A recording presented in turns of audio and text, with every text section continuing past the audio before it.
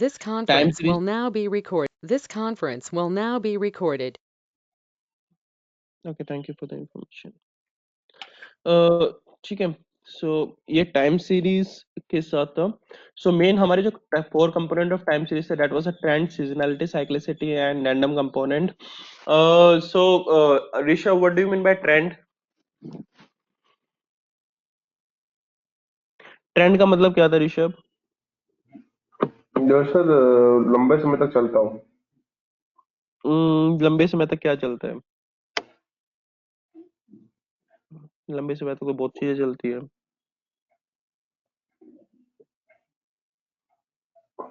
Trend इसको मतलब trend को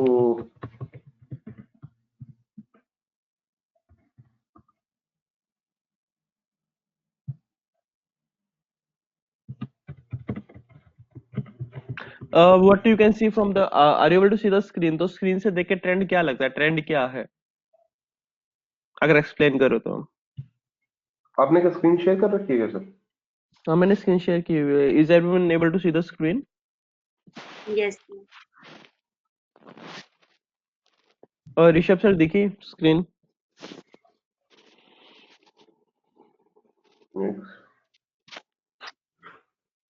हाँ मतलब अभी सर हाँ अभिमन्यु भाई आपको आया दिख रही है सर। स्क्रीन?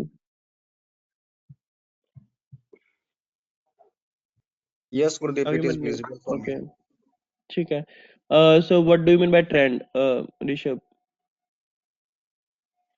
आपको सीजनैलिटी बतानी है अभिमन्यु, एंड दीक्षित आपको इरेगुलर फ्लक्चुएशंस बतानी है। जो ये इरेगुलर फ्लक्चुएशंस हैं ये ट्रेंड नहीं, है ना आपको सर? ट्रेंड बतानी है, आपको ट्रेंड बताना है Rishabh. Okay so what do you mean bye trend? Sir, जो मतलब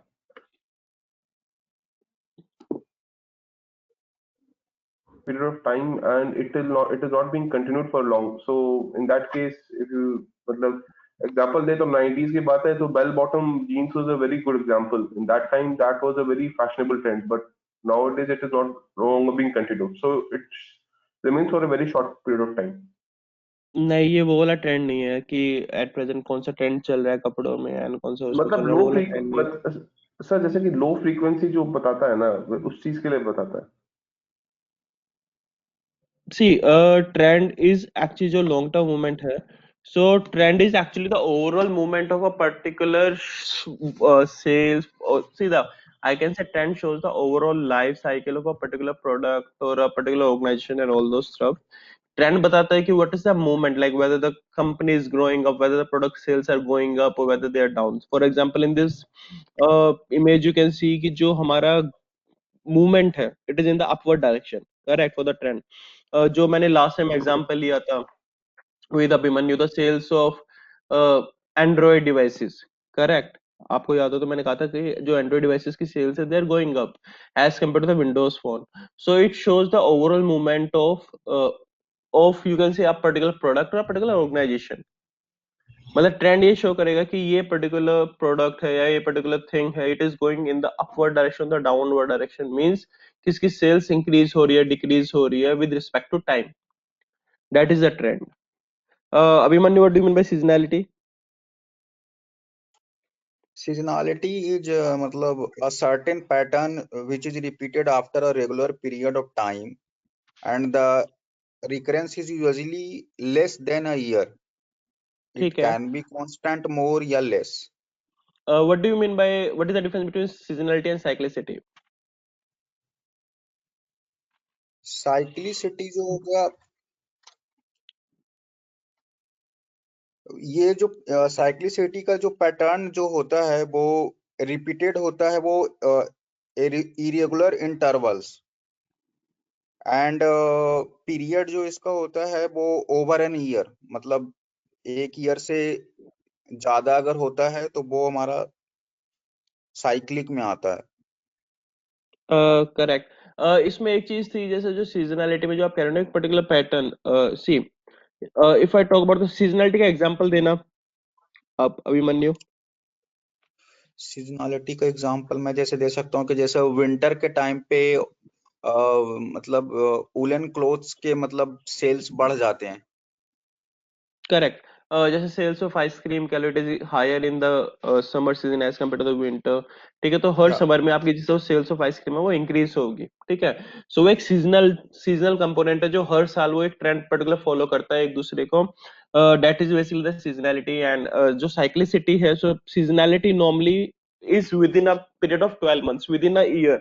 आपको हर वो एक उसका जो कंपोनेंट होता है कि आपको एक साल में आपको उसके सारा एक पर्टिकुलर सीजनैलिटी का आपको ट्रेंड दिख जाएगा जो हर साल वो चीज रिपीट करता रहेगा। वेयर साइक्लिसिटी अगर मैं कहूँ तो ये मूवमेंट ओवर एन ईयर होता है, कि मतलब ये एक्चुअली जो सीजन है साइक्लिसिटी बताऊं तो एक साइकिल कह लो जो काफी लंबे टाइम में आती है। ठीक है, फॉर एग्जाम्पल जो if I talk about economic recession, ठीक है, जो इकोनॉमिक रिसेशन होता है वो हर साल नहीं आता। वो एक पर्टिकुलर साइकिल को फॉलो करते हैं। Normally there is theory thesis कि मतलब 10 साल में ऐसे कुछ वापस, या if I talk about a disease जो आज के टाइम में मतलब पैटर्न भी आ रहे, 1918 में एक पर्टिकुलर सेम डिजीज आई थी जिसमें that was more of a virus Spanish flu. And उसमें भी अप्रोक्स 2 to 3 मिलियन पीपल की डिमाइस हुआ था, डेथ हुआ था।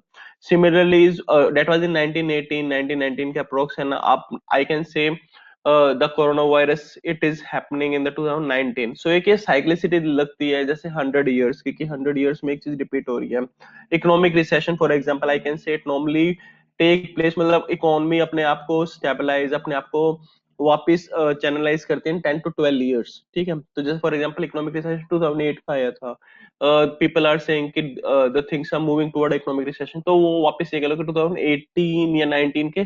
सो there is a 10 year cycle in that thing. ठीक है, तो seasonality is within a year, आपको हर विद इन अ ईयर आपको सारे ट्रेंड्स दिख जाएंगे। Where cyclicity is more than a year, जैसे it normally takes from 5 to 6 year, 10 years की एक साइकिल होती है पूरी की पूरी, जो अपने आप को रिपीट करती है।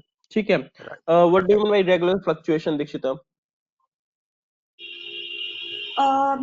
Irregular fluctuations is more like the या movements noise which I can से। irregularly and मतलब like जो irregular movements होते हैं which are not like predictable। जैसे अगर हम सीजन की बात करें तो वो भी हम प्रिडिक्ट कर सकते हैं, साइक्लिसिटी भी प्रिडिक्ट कर सकते हैं, बट इरेगुलर फ्लक्चुएशंस में हम कोई पैटर्न नहीं ढूंढ सकते और वो कभी भी हो सकती हैं। Correct. So basically regular fluctuation का कोई पैटर्न नहीं होता, कोई उसका हमें अकरेंस का रीजन नहीं पता होता। But main thing is can you give me an example of it? मतलब नॉर्मली ये ऐसा भी हो सकता है कि ड्यू टू सम, जैसे फॉर एग्जांपल कि एक अगर र्यूमर से नॉर्मली आपकी रेगुलर फ्लक्चुएशन काफी आ सकती है। कुछ र्यूमर मार्केट में आ गया कि दिस इज इससे और ज्यादा मतलब the price of this particular product will go high. तो जैसे फॉर एग्जांपल बजट से पहले थोड़ी चीजें रेगुलर फ्लक्चुएशन काफी होती है। बजट से पहले आई कैन से कि कोई पर्टिकुलर प्रोडक्ट जैसे इट माइट बी न्यूज की जो इलेक्ट्रॉनिक प्रोडक्ट्स हैं उन पे आपका टैक्स बढ़ने वाला है, तो अपना अभी बाय आउट कर लो। कार का टैक्स बढ़ने वाला है तो अभी बाय आउट कर लो। ठीक हाँ, है, सो मतलब वो कोई भी एक्चुअली इवेंट से रिलेटेड हो सकती है ये, जैसे मल्टीपल इवेंट्स होते हैं कंपनी को लिंक्ड, तो कोई भी इवेंट से लिंक्ड हो सकती है इरेगुलर फ्लक्चुएशन। इवन डिविडेंड से भी रिलेटेड हो सकती है। Correct. So main thing is कि बट वो एक्चुअली में इतना इम्पैक्ट एक्चुअल में वो अकरेंस हुआ नहीं है, but due to some rumours वो एक इरेगुलर फ्लक्चुएशन ऑफ नॉइस आ जाती है। ठीक है, in the market for example back अब पीछे से तुम देखो कि आईसीआईसी के लिए रूमर उठा था कि the bank is going to close, तो वहां पे लंबी लंबी लाइनें लगी थी। I think it has been many years now, but वैसी चीजें होती है। So these are normally the irregular fluctuation जो आप जिनका आपके पास कोई जस्टिफिकेशन नहीं होता। इफ यू मूव फॉरवर्ड, अगर आप जैसे 5 year back to the line देखो तो आपके पास कोई रिटर्न रिकॉर्ड नहीं होता उस चीज का, बट वो एक रेगुलर फ्लक्चुएशन होती है, हमें नॉर्मली होती है। कई बार the sales are somewhat up and sometime it is somewhat down. So हमारा ये था seasonality. So these are the main 4 components जो हमने किया था। बाकी जो residual, basically residual is error error term होती है। हमने ये चेक किया था stationarity of a series. So Abhimanyu sir, what do you mean by stationarity of a series? What are the main 3 components जो स्टेशनैरिटी बताते हैं? पहला रूल जो है कि mean of the series should be constant and correct. दूसरा रूल है कि वेरिएंस बोले तो standard deviation of the series should be constant, and correct. Third rule is the covariance of the series should be constant. So very good. So they should be constant with respect to time. एक ही line और add कर लो अपने notes में, that they should be constant with respect to time. कि okay time भले increase with time वो same रहेगा. Correct. Okay जैसे कि इसका मीन सेम है विद टाइम, टाइम इंक्रीज हो रहा है बट मीन सेम ही है. यहाँ पे टाइम इंक्रीज के साथ आपका मीन भी इंक्रीज कर रहा है. ठीक है. Similar is the case here. जो वेरिएंस का था कि how much what is the standard deviation basically with respect to time, and यहाँ पे कोवेरिएंस था कि हाउ क्लोज द फ्रीक्वेंसी और द अकरेंसेस. ठीक है. That is good.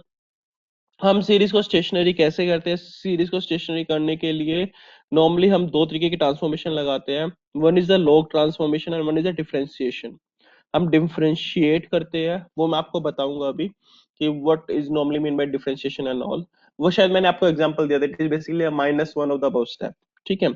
तो हम डिफरेंशिएट करते हैं, हम लॉग ट्रांसफॉर्मेशन करते हैं. ट्रांसफॉर्मेशन जैसे logarithmic can help us to stabilise the variance. So basically series को स्टेशनरी करने के लिए नॉर्मली हम दो चीजें करते हैं.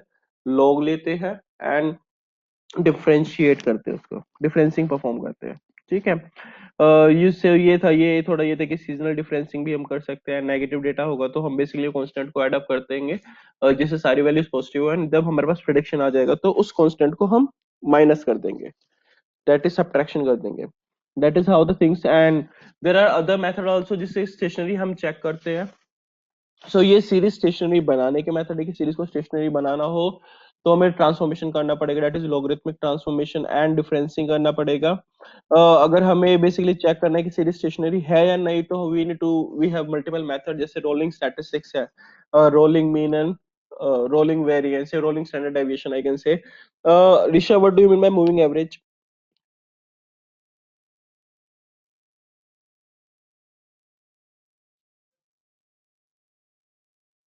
Rishabh, am I audible?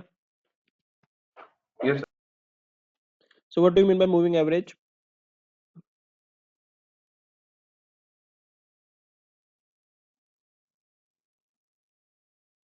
the moving average is taken in terms of intervals of three. So in a particular example, say we have a 10 number of probabilities. So the first three, the average of first three, then the average of 2, 3, and 4, 3, 4, and 5, and so on. So the average is taken continuously over leaving one or two moments at one particular time. Okay, window हमेशा 3 रहती है, क्या होता है? Window, sir, window हमेशा 3 रहेगी, ऐसा कुछ है क्या? नहीं window 3 नहीं है, it depends upon user. Correct. So normally जैसे for example moving average of 2 months, moving average of 3 months. So normally जब हम शेयर मार्केट के लिए डील करते हैं तो we take the moving average at a scale of like 2, normally 60 days कह लो, या डिपेंड अपॉन योर एनालिसिस. तो मेन चीज क्या है कि उसमें एक विंडो कॉन्सेप्ट होता है. जैसे आपका 1 2 3 4 5 आपकी काउंटिंग है. सो विंडो ऑफ 3 मींस आपका पहले 1 2 3 का एवरेज होगा, फिर 2 3 4 का एवरेज होगा. मतलब बेसिकली उसमें क्या होगा कि एक एक नई वैल्यू ऐड ऑन होती जाएगी, एक एक वैल्यू को आप हटाते चले जाओगे बैक से. ठीक है. That is and the rolling meaning of rolling mean is also same. Moving average कह लो, रोलिंग मीन कह लो, they both mean the same. ठीक है. Sorry. So and basically stationary check करने के लिए या तो हमारे पास रोलिंग स्टैटिस्टिक्स के मेथड होते हैं या हमारे पास ऑगमेंटेड डिकी फुलर टेस्ट है, इसको एडीएफ टेस्ट भी बोलते हैं. इसमें हमें दो वैल्यू मिलती है, एक नल हाइपोथेसिस की मिलेगी, एक क्रिटिकल वैल्यू भी मिलती है. That we will just see when we will implement the when we will do the forecasting. Time series के लिए हम अरीमा मॉडल यूज करेंगे. अरीमा में हम दो करेंगे, तो हम जो एयर पैसेंजर का डेटा है उस पर प्रेडिक्शन करेंगे. The second one is Raymond's के शेयर पे हम प्रेडिक्शन करेंगे, और you can take your own share and वो that will be a homework for you, जो आपको उस पे इम्प्लीमेंटेशन करके लेके आना है. ठीक है. I will let you no किधर से आप डेटा डाउनलोड कर सकते हो एनएससी की वेबसाइट से. I will just share the file too. तो ये आप एडीएफ टेस्ट करते हो, एंड बेसिकली जो एरिमा में मैंने जो आपको बताया था, so it stands for auto regressive integrated moving average. तो इसमें दो चीजें होती है बेसिकली. मेन ऑटो रिग्रेशन होता है एंड मूविंग एवरेज होता है, उनका इंटीग्रेशन करते हैं. ठीक है. सो इसमें तीन वैल्यूज होती है. P value denotes auto regression की what is the basically window for auto regression, Q denotes the window for moving average, and D denotes की कितने लेवल पे डिफरेंसिंग करना है. ठीक है. जो ये हमें ऑटो रिग्रेशन की वैल्यू है, मूविंग एवरेज की वैल्यू है, these we can find out using the ACF and PACF test. ACF and PACF का टेस्ट होगा। ACF हमें बता देगा कि आपकी M मूविंग एवरेज की वैल्यू क्या होगी, PACF हमें बताएगा कि आपकी P की वैल्यू क्या होगी, that is value for auto regression. ठीक है, सो यहाँ तक क्लियर है? किसी को डाउट है? This is more of a revision जो हमने किया था। Then I will move to the Excel file where I will show you the back end working for the same, and फिर हम उसके बाद आपको पाइथन पे मैं आपको पूरा कोड दिखाऊंगा आप इसको कैसे करोगे। Any doubt any one of you? No, sir. ठीक है, Nobody. Abhimanyu sir, Rishabh clear है? Yeah, yeah. Yes, ठीक sir. है, सो हाँ जी, let me just do the screen sharing for the Excel file.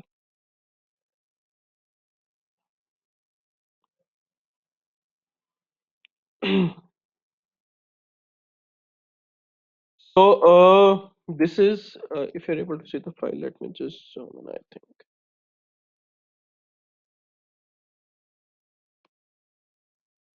ठीक है, सो एक्चुअली मेरे पास ये डेटा है, इफ आई टॉक अबाउट, ये मेरे पास इतना डेटा है सिर्फ,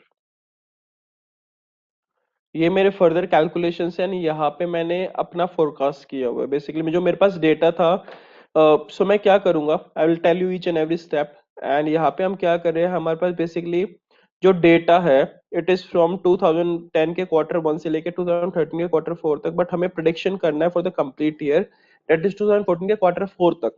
ठीक है, तो एक्सेल का यूज करके, it is not only Excel, but इसमें हमें मल्टीपल, जो मैंने आपको बताया था, सीजनैलिटी रिमूव करना है, ट्रेंड कंपोनेंट आइडेंटिफाई करना है, फिर सीजनैलिटी को इंट्रोड्यूस करेंगे। So I will tell you each and every step, आपको थोड़ा बेटर क्लैरिटी होगी, आप इसका यूज करके भी अपना फोरकास्टिंग कर सकते हो। बट ये आपको बेसिकली एक बैकएंड पिक्चर दिखाने के लिए है, आप इसका यूज करके नॉर्मली प्रेडिक्शंस नहीं करते। ठीक है, आपको बस अंडरस्टैंडिंग के लिए, that you will get a better understanding how the things are actually working at the back and.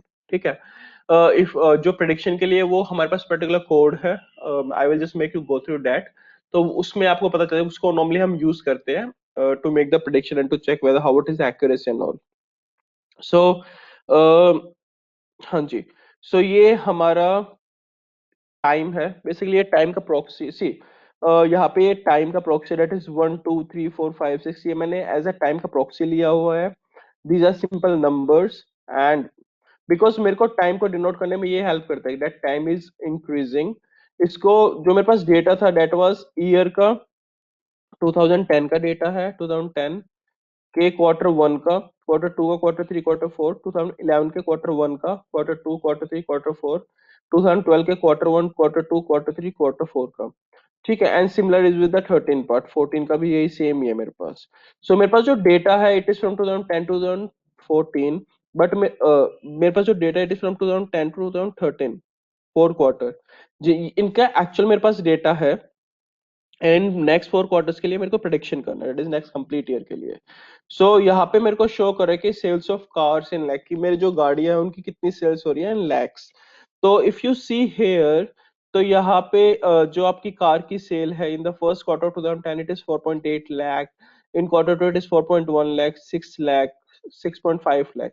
सो आपका क्वार्टर लेवल इंफॉर्मेशन है कि अगर मैं इसको ग्राफिकली प्रेजेंट करता हूँ आपको, सो आपका कुछ ये ऐसा दिखेगा। सो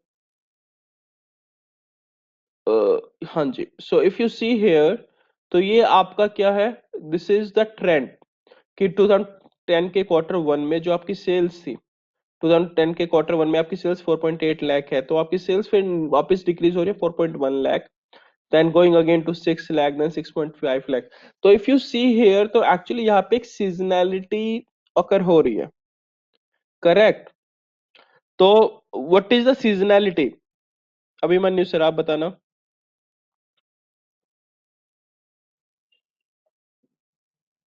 Abhimanyu sir, are you there? Yeah, Gurdeep, yeah. इस ग्राफ को देख के आपको क्या लग रहा है कि normally what is the seasonality in this? इसमें यही है कि एक सर्टेन पैटर्न है जो रिपीट हो रहा है after a regular period of time. और पैटर्न क्या है वो? ये जो pattern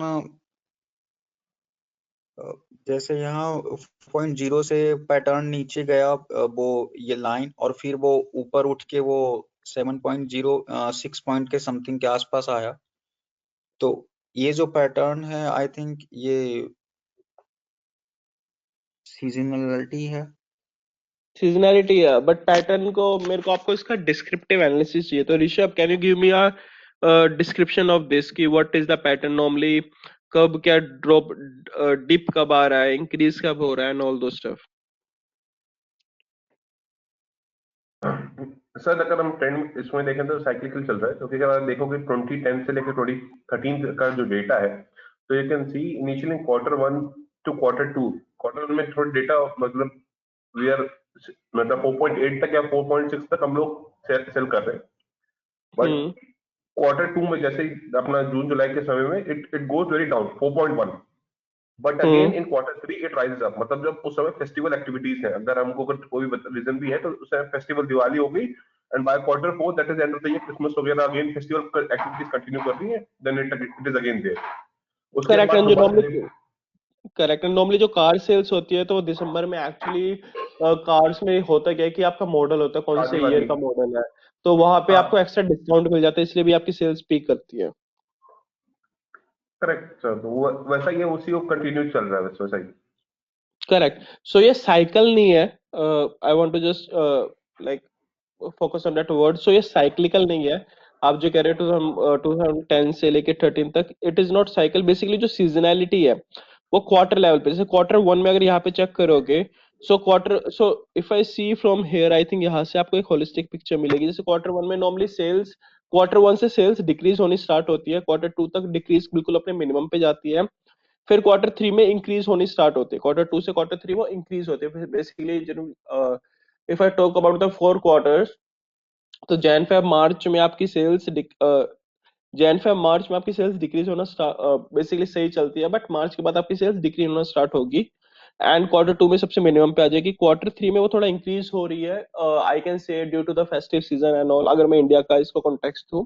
and Q4 that is the end of the year, वहां पे सबसे पीक में जाते हैं, बिकॉज कार्स में नॉर्मली मॉडल लेवल की कौन से ईयर का मॉडल है, बिकॉज वो रजिस्ट्रेशन, बिकॉज 10 साल चलेगी गाड़ी, 15 साल चलेगी, so that do create a impact. तो इसलिए आपको एक्स्ट्रा डिस्काउंट मिलता है, so the sales again go on peak. So extra यहाँ पे आपका मैक्सिमम आता है आपका Q4 में। सो आई कैन से कि यहाँ पे थोड़ी ओवर सेलिंग होती है। यहाँ पे सारा ओवर सेलिंग होने के बाद फिर उसके बाद वापस आपका डिप आना स्टार्ट हो जाता है। दैट इज Q1 में थोड़ा नीचे सेल्स गया, एंड Q2 में अपने मिनिमम पे आ गया। ठीक है। So if you see here, आपका हर साल का Q2 का डिप है, Q2 का डिप है, Q2 डिप है। Q4 हर साल अपने पीक पे है। Q4 का 2014 का Q4 पीक है, 2011 का Q4 पीक है। So you can C in the description box coming in, and यहाँ पे 2010 का Q4 अपने पीक पे है। सो did you get the understanding कि सो ये सीजनैलिटी है आपका। सो अगर मैं यहाँ पे कहूँ कि आप इसको चेक इन कर सकते हो, यू कैन से यहाँ से स्टार्ट करके यहाँ तक, so it is following the same trend. ठीक है। So that is the one thing.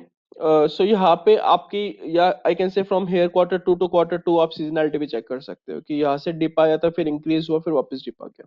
सो ये आपका सीजनैलिटी शो हो रही है Q2 से Q2।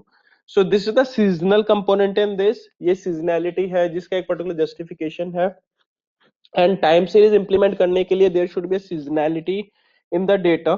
ठीक है। सो ये आपका ग्राफिकल रिप्रेजेंटेशन है। एक ये दूसरा ग्राफ भी है इसमें, जिसमें which I will just make you understand after this. So यहाँ पे हमने क्या किया, हाँ जी, ओके।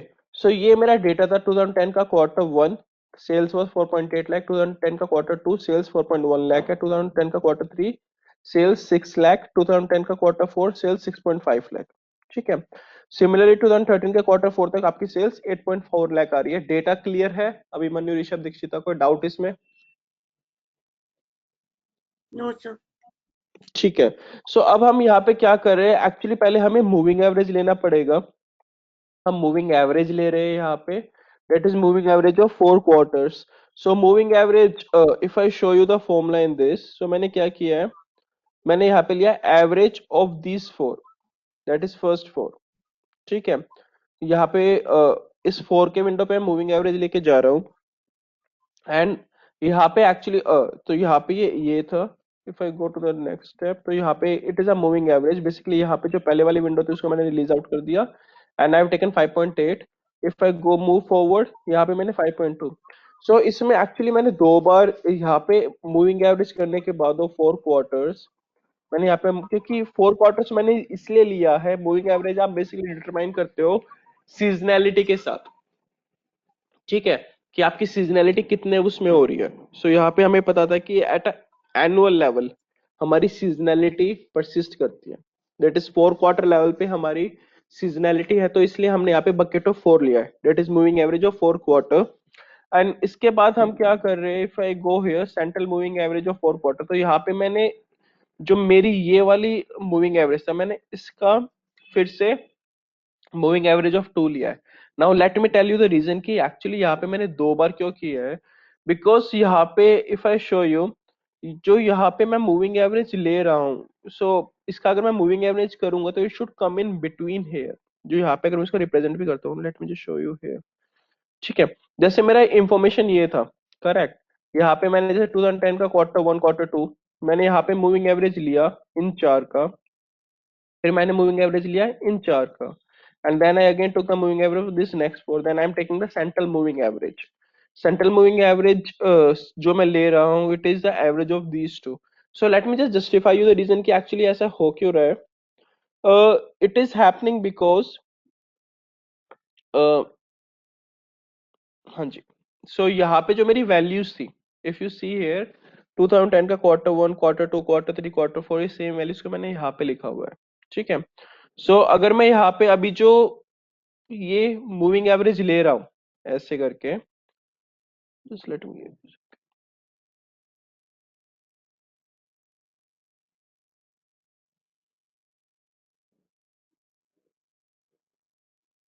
हाँ, so it is actually denoting this value. So ठीक है, just give me a second.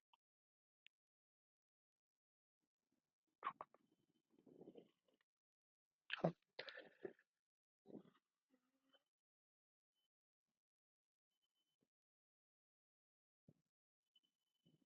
हाँ, so actually see the reason for this one is, see if I यहाँ पे क्या था कि when I'm taking the moving average of this, हाँ जी, when I'm taking the moving average of this, यहाँ पे मैंने 4 वैल्यूज का मूविंग एवरेज लिया and that is coming out to be 5.4, and यहाँ पे 5.6 आ रहा है, एंड एक्चुअली यहाँ पे see it is mainly with the alignment part.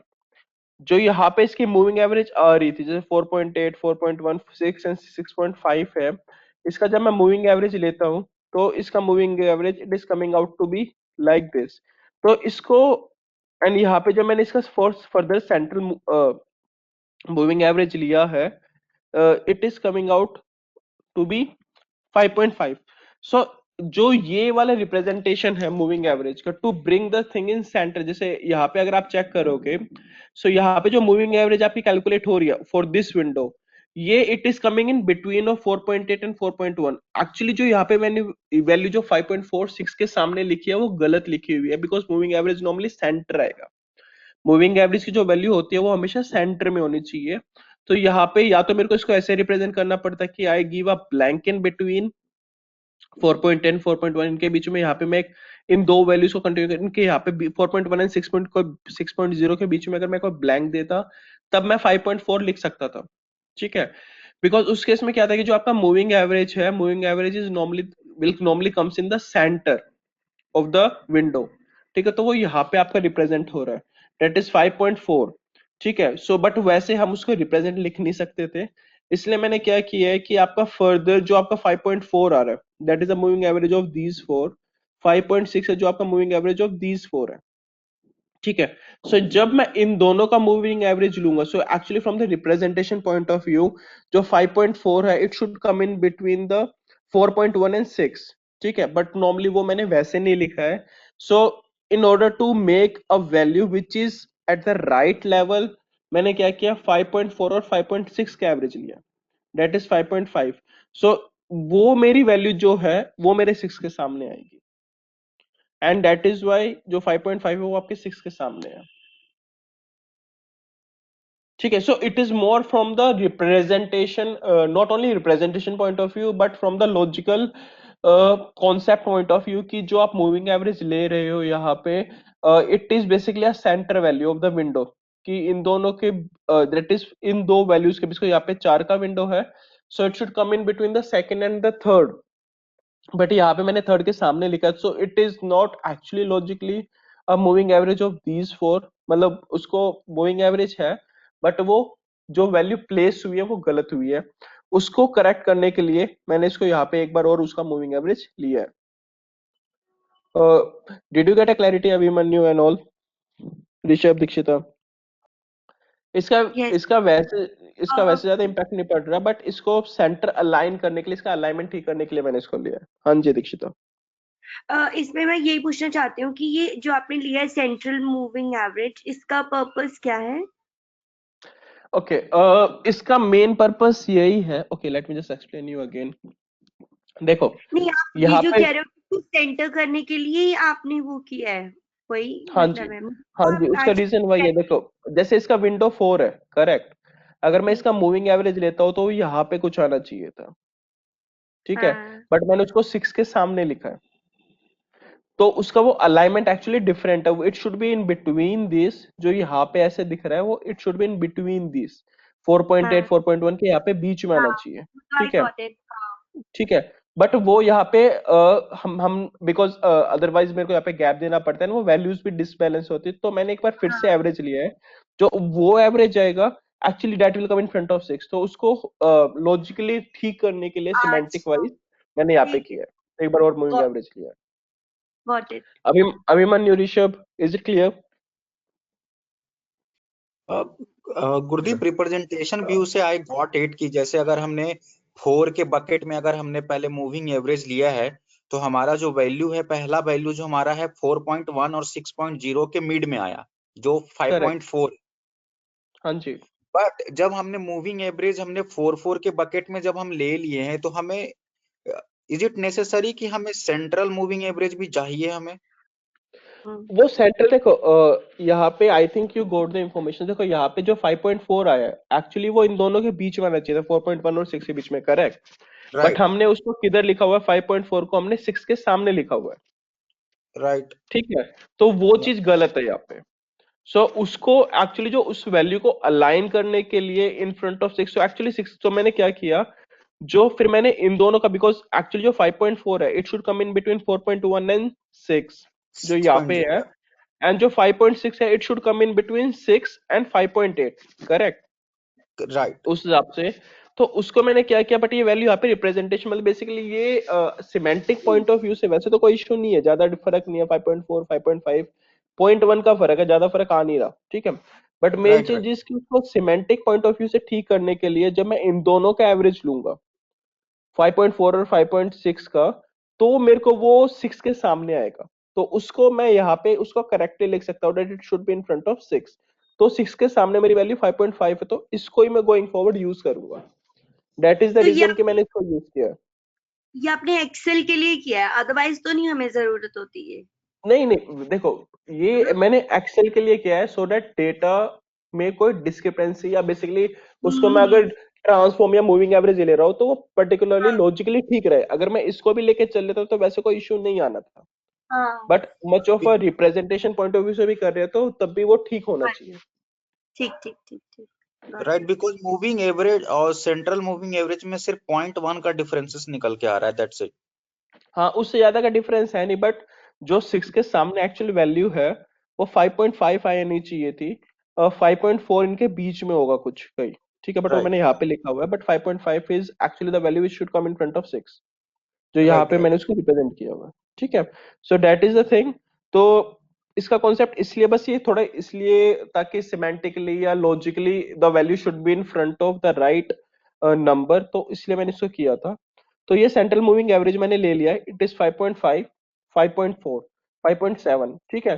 So if I show you this value, मतलब इसका एक्चुअल मतलब क्या है, मूविंग एवरेज से एक्चुअली होता क्या है। सो दीक्षित आप बताइए ना, यू टेल, बिकॉज आपने यूज किया होगा, तो what is the actual use case of moving average? Moving average करता क्या है? जो डेटा पॉइंट्स है हमारे, उसको स्मूथ करने के लिए हम मूविंग एवरेज यूज करते हैं। Correct correct. सो एक्चुअली जो मूविंग एवरेज क्या करता है, मूविंग एवरेज है ना आपके डेटा में से सीजनैलिटी और जो इरेगुलर ट्रेंड्स है ना उनको रिमूव कर देता है। करेक्ट। ये आपका स्मूथन कर देगा। जैसे शेयर मार्केट में क्या होता है, जो डेली के फ्लक्चुएशन अगर आप मूविंग एवरेज 2 मंथ्स का लोगे तो सबको फ्लैटन आउट कर देता है। सो जब आप मूविंग एवरेज करते हो, सो इसने क्या किया, जो मेरा ये वाला लाइन है ना, ये वाला, ये मेरा मूविंग एवरेज वाला लाइन है। ठीक है। जो इसको मैंने दूसरे ग्राफ पे रिप्रेजेंट किया हुआ ना, यहाँ पे भी मेरा ग्राफ है। सो जो this line is actually this one. Okay, deseasonalise वाला लाइन किया हुआ है मैंने, बट वो सेम ही है। Okay, let me just show you. तो जो ये वाली लाइन है, आप जब ये जो आपका सेंट्रल मूविंग एवरेज वाली line, it will be something like this. ठीक है। ये जो आपकी लाइन है वो ऐसे आएगी। लेट मी, जैसे ये कॉलम कौन से, कॉलम एफ है। Correct. This is the column F, इसमें आपकी सेंट्रल मूविंग एवरेज वाली लाइन है। एंड इसका if I just plot this one, you can सी कि ये डेटा F5 से F25 तक का रिप्रेजेंटेशन है। ठीक है। सो ये आपका सेंट्रल मूविंग एवरेज वाली लाइन है। सो ये आपका नॉर्मल ट्रेंड था जो आपको मैं पहले शो कर रहा था। This is the normal trend जो आपका सीजनैलिटी भी के साथ है। यहाँ पे मैंने क्या किया, this is the central moving average वाली line, moving average of 4 quarters. ठीक है। सो ये आपका, इसने क्या किया एक्चुअली, जो आपकी सीजनैलिटी थी उसको इसने स्मूथन आउट कर दिया इसमें, बट अभी भी ट्रेंड है। करेक्ट। इसमें ट्रेंड कंपोनेंट अभी भी है, बट मैंने सीजनैलिटी एंड इरेगुलर फ्लक्चुएशन को रिमूव कर दिया। Do you agree? Yes Abhimanyu, sir. Rishabh, Dikshita. या अभिमन्यु, ऋषभ, क्लियर है? इसमें से ट्रेंड तो अभी भी है बिकॉज ये इंक्रीजिंग दिखाई दे रहा है, बट इसमें से मैंने क्या किया, इसमें से मैंने सीजनैलिटी और इरेगुलर फ्लक्चुएशन को रिमूव कर दिया यूजिंग मूविंग एवरेज। ठीक है। तो अब हमने इसको रिमूव कर दिया। So what I am doing now is, यहाँ पे मैंने इसको रिमूव करने के बाद, अब now tell me one thing, इसका एक्चुअली मैं यूज कैसे कर सकता हूँ। देखो, अब यहाँ पे एक्चुअली जो ये मेरी मेन बेस लाइन है। एक्चुअली जो ये वाली लाइन है ना, ये वाली मेरी बेस लाइन निकल के आई है। ठीक है। This is the base line. तो अब मेरे को इससे एक्चुअली आइडेंटिफाई करना है कि मेरे जो क्वार्टर्स कैसे परफॉर्म करते हैं। कि इफ आई सी हेयर, मेरे को आइडेंटिफाई करना है कि जैसे जो वैल्यू 8 थी। ओके, वैल्यू 8 का मतलब है आपका 2011 का Q3। सो इससे एक्चुअली मैं सीजनैलिटी निकाल सकता हूँ। ठीक है। इससे मैं सीजनैलिटी निकाल सकता हूँ। करेक्ट। सीजनैलिटी कैसे निकालूंगा, जैसे मैंने यहाँ पे क्या किया है। So Abhimanyu sir, this question goes to you. जैसे ये मेरा बेस लाइन आ गया। करेक्ट। 5.5, 5.7, और मेरी एक्चुअल वैल्यू ये थी 6, 6.5। सो इफ यू सी, यहाँ पे 6.5 आपका सीजनैलिटी के साथ था, और ये मेरी बेस लाइन है। तो अब मेरे को आइडेंटिफाई करना है कि ये कितना ऊपर नीचे है, तो मैं कैसे करूंगा। बेसिकली मेरे को सीजनैलिटी निकालना है, तो मैं कैसे निकाल सकता हूँ? Any idea?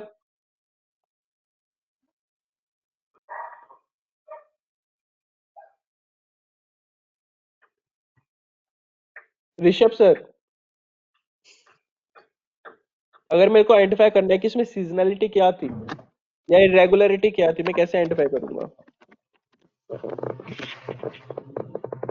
हमको sir sudden increase sudden dip देखना पड़ेगा without any, that is not मतलब coinciding with other cyclical trend.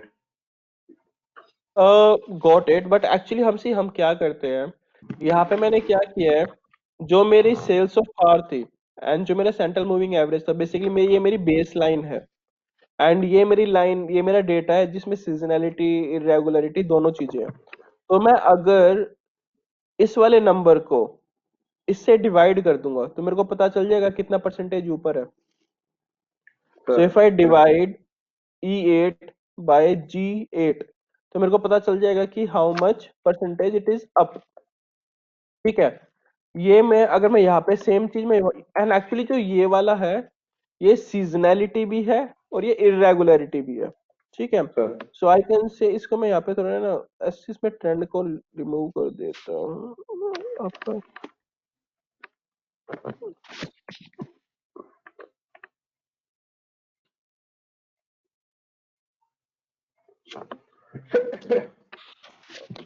ठीक है। So I can say seasonality and noise है।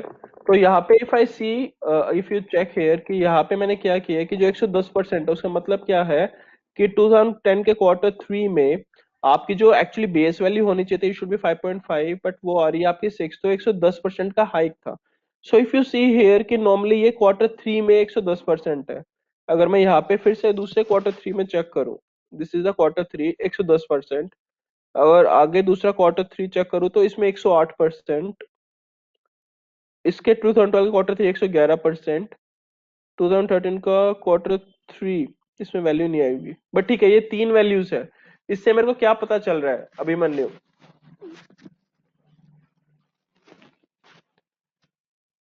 कुछ इसमें क्वार्टर ये थ्री की पता कैरेक्टरिस्टिक्स निकल के आ रही है? इसमें हाँ, ये कि हर क्वार्टर थ्री में जो सेल है वो इंक्रीज हो रही है, मतलब ट्रेंड कर रही है वो। कितने इंक्रीज है नॉर्मली? 110, 108, 111, मतलब ज्यादा नहीं, 2-3% का फर्क है। दो दो तीन तीन परसेंट परसेंट अप, कैसे फर्क है? 2-3% डाउन हो रही है।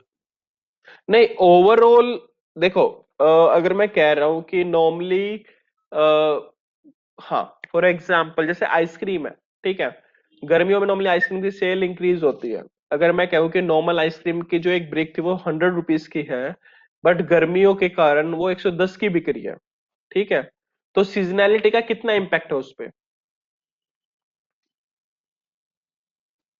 मतलब अगर एक एक साल वो 100 वाली ब्रिक 110 की बिक रही थी, एक साल वो 108 की बिक रही थी, एक साल 111 की बिक रही है, तो मैं क्या उससे क्या ऑब्जर्वेशन ले सकता हूँ? मेरे को वो बताओ, मेरे को क्या अंडरस्टैंडिंग आएगी उससे?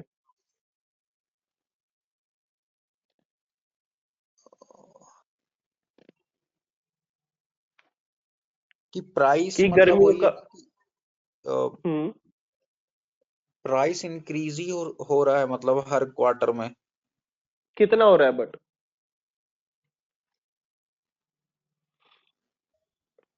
माइनर चेंजेस हो रहे हैं, बट 100% तो प्राइस पिछले क्वार्टर का ही यूज हो रहा है। ओके ऋषभ आप बताइए कि what do you get the observation from this three readings? कि सर एक तो इसके अंदर सीजनैलिटी का इफेक्ट है, क्योंकि दैट इन दिस ठीक है, particular quarter three there is a huge impact of seasonality, plus correct, also also since it is on the upper end, matlab there's an increase as compared to hmm, others. So, and suddenly there's a decrease in your 2011 also. So I think there's also a factor कि कितनी demand and supply का कितना है, अगर requirement ज्यादा है, अगर supply meet नहीं कर पा रही, many other external factors are also there कि अगर गर्मी उस साल कम पड़ रही है, रिक्वायरमेंट कम है, but on the other hand 2010 में गर्मी बहुत ज्यादा है, सिमिलरली 2012 में भी गर्मी बहुत ज्यादा है, तो ऐसा करेक्ट, और आई भी गॉट वो वाला point, I got a point, but मैं कह रहा हूँ कि इससे जैसे क्वार्टर थ्री में 110%, 108%, 111%, मतलब उससे मैं क्या क्या अंडरस्टैंड कर सकता हूँ, मेरे को वो बताओ। कि दैट अगर मेरे इन को कुछ दीज ऑब्जर्वेशन करना हो 2000 को, जैसे मेरे को ये वैल्यू फिल करनी है, तो यहाँ पे कितनी वैल्यू आएगी मेरे को ये बताओ। It will be more than 105, मतलब 105 से ऊपर ही रहेगी, मतलब इट विल बी ऑन कितनी? मतलब पॉजिटिव हम्म, इम्पैक्ट, मतलब ज्यादा ही रहेगा कंपैरेटिवली। कितना आएगा? एवरेज निकाल कर ले लीजिए सर, 110, 108 और 111, 109 मान लीजिए सर। करेक्ट, सो 109 में कह सकते हो कि सीजनैलिटी का इम्पैक्ट है। मेरी सीजनैलिटी, मैं see, I agree with your point कि यहाँ पे एक्चुअली कुछ नॉइज कंपोनेंट भी है कि 2010 के क्वार्टर थ्री में 110% सेल गई, 2011 में डाउन आ गई 108%, 2012 में 111 चली गई, करेक्ट, कुछ ना नॉइस है। बट अगर मैं इसकी जो एवरेज वैल्यू लूंगा 109% की, वो मेरा एवरेज हो गया, बेस हो गया, करेक्ट, कि सर सर 109% तो इंक्रीज होगा ही। सो उस केस में हाँ मैं कह सकता हूँ कि जो मेरी सीजनैलिटी है वो 109%। यहाँ पे मेरा जो नॉइस था वो 1% का था, यहाँ पे भी नॉइस 1% का था, यहाँ पे भी नॉइस 2% का था। समझ में आया दीक्षिता? हाँ सर। अभिमन्यु क्लियर हुआ? Yes, sir. यस गुरुदेव। तो एक्चुअली मैंने क्या case, okay we will take another example, जैसे अभिमन्यु सर, यहाँ पे 2011 का क्वार्टर टू, 2012 का क्वार्टर टू, 2013 का क्वार्टर टू एंड 2014 का क्वार्टर टू, यहाँ पे वैल्यू मिसिंग है। इससे आपको क्या ऑब्जर्वेशन आ रही है? 84, 84, 83 मतलब सिमिलर सेल्स है, मतलब अगर Q2 में देखे तो हर ईयर में ना हम्म बट वो ज्यादा सिमिलर डिफरेंस सेल्स नहीं। वो सिमिलर सेल्स कितनी कम है, मेरे को ये बताओ, नॉर्मल सेल्स से।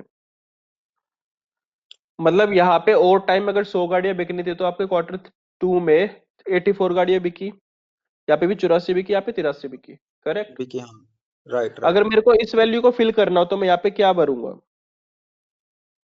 तो हम इसमें अगर Q2 को अगर फिल करना है तो हम इसका एवरेज ले लेंगे 84, 84, 83 का।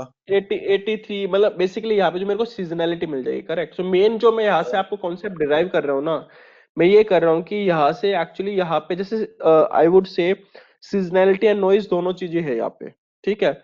सीजनैलिटी भी है, नॉइस भी है। नॉइस आपको कैसे दिख रहा होगा कि जैसे Q3 में एक साल 110% है, अगले साल वो हो गया आपका 108, उससे अगले साल हो गया 111। तो मेन चीज क्या है कि थोड़ा ऊपर नीचे फ्लक्चुएट कर रहा है, तो वो नॉइज कंपोनेंट में मानता हूँ, वरना मेरी जो सीजनैलिटी है it will be the average of this. तो मैंने वही किया है।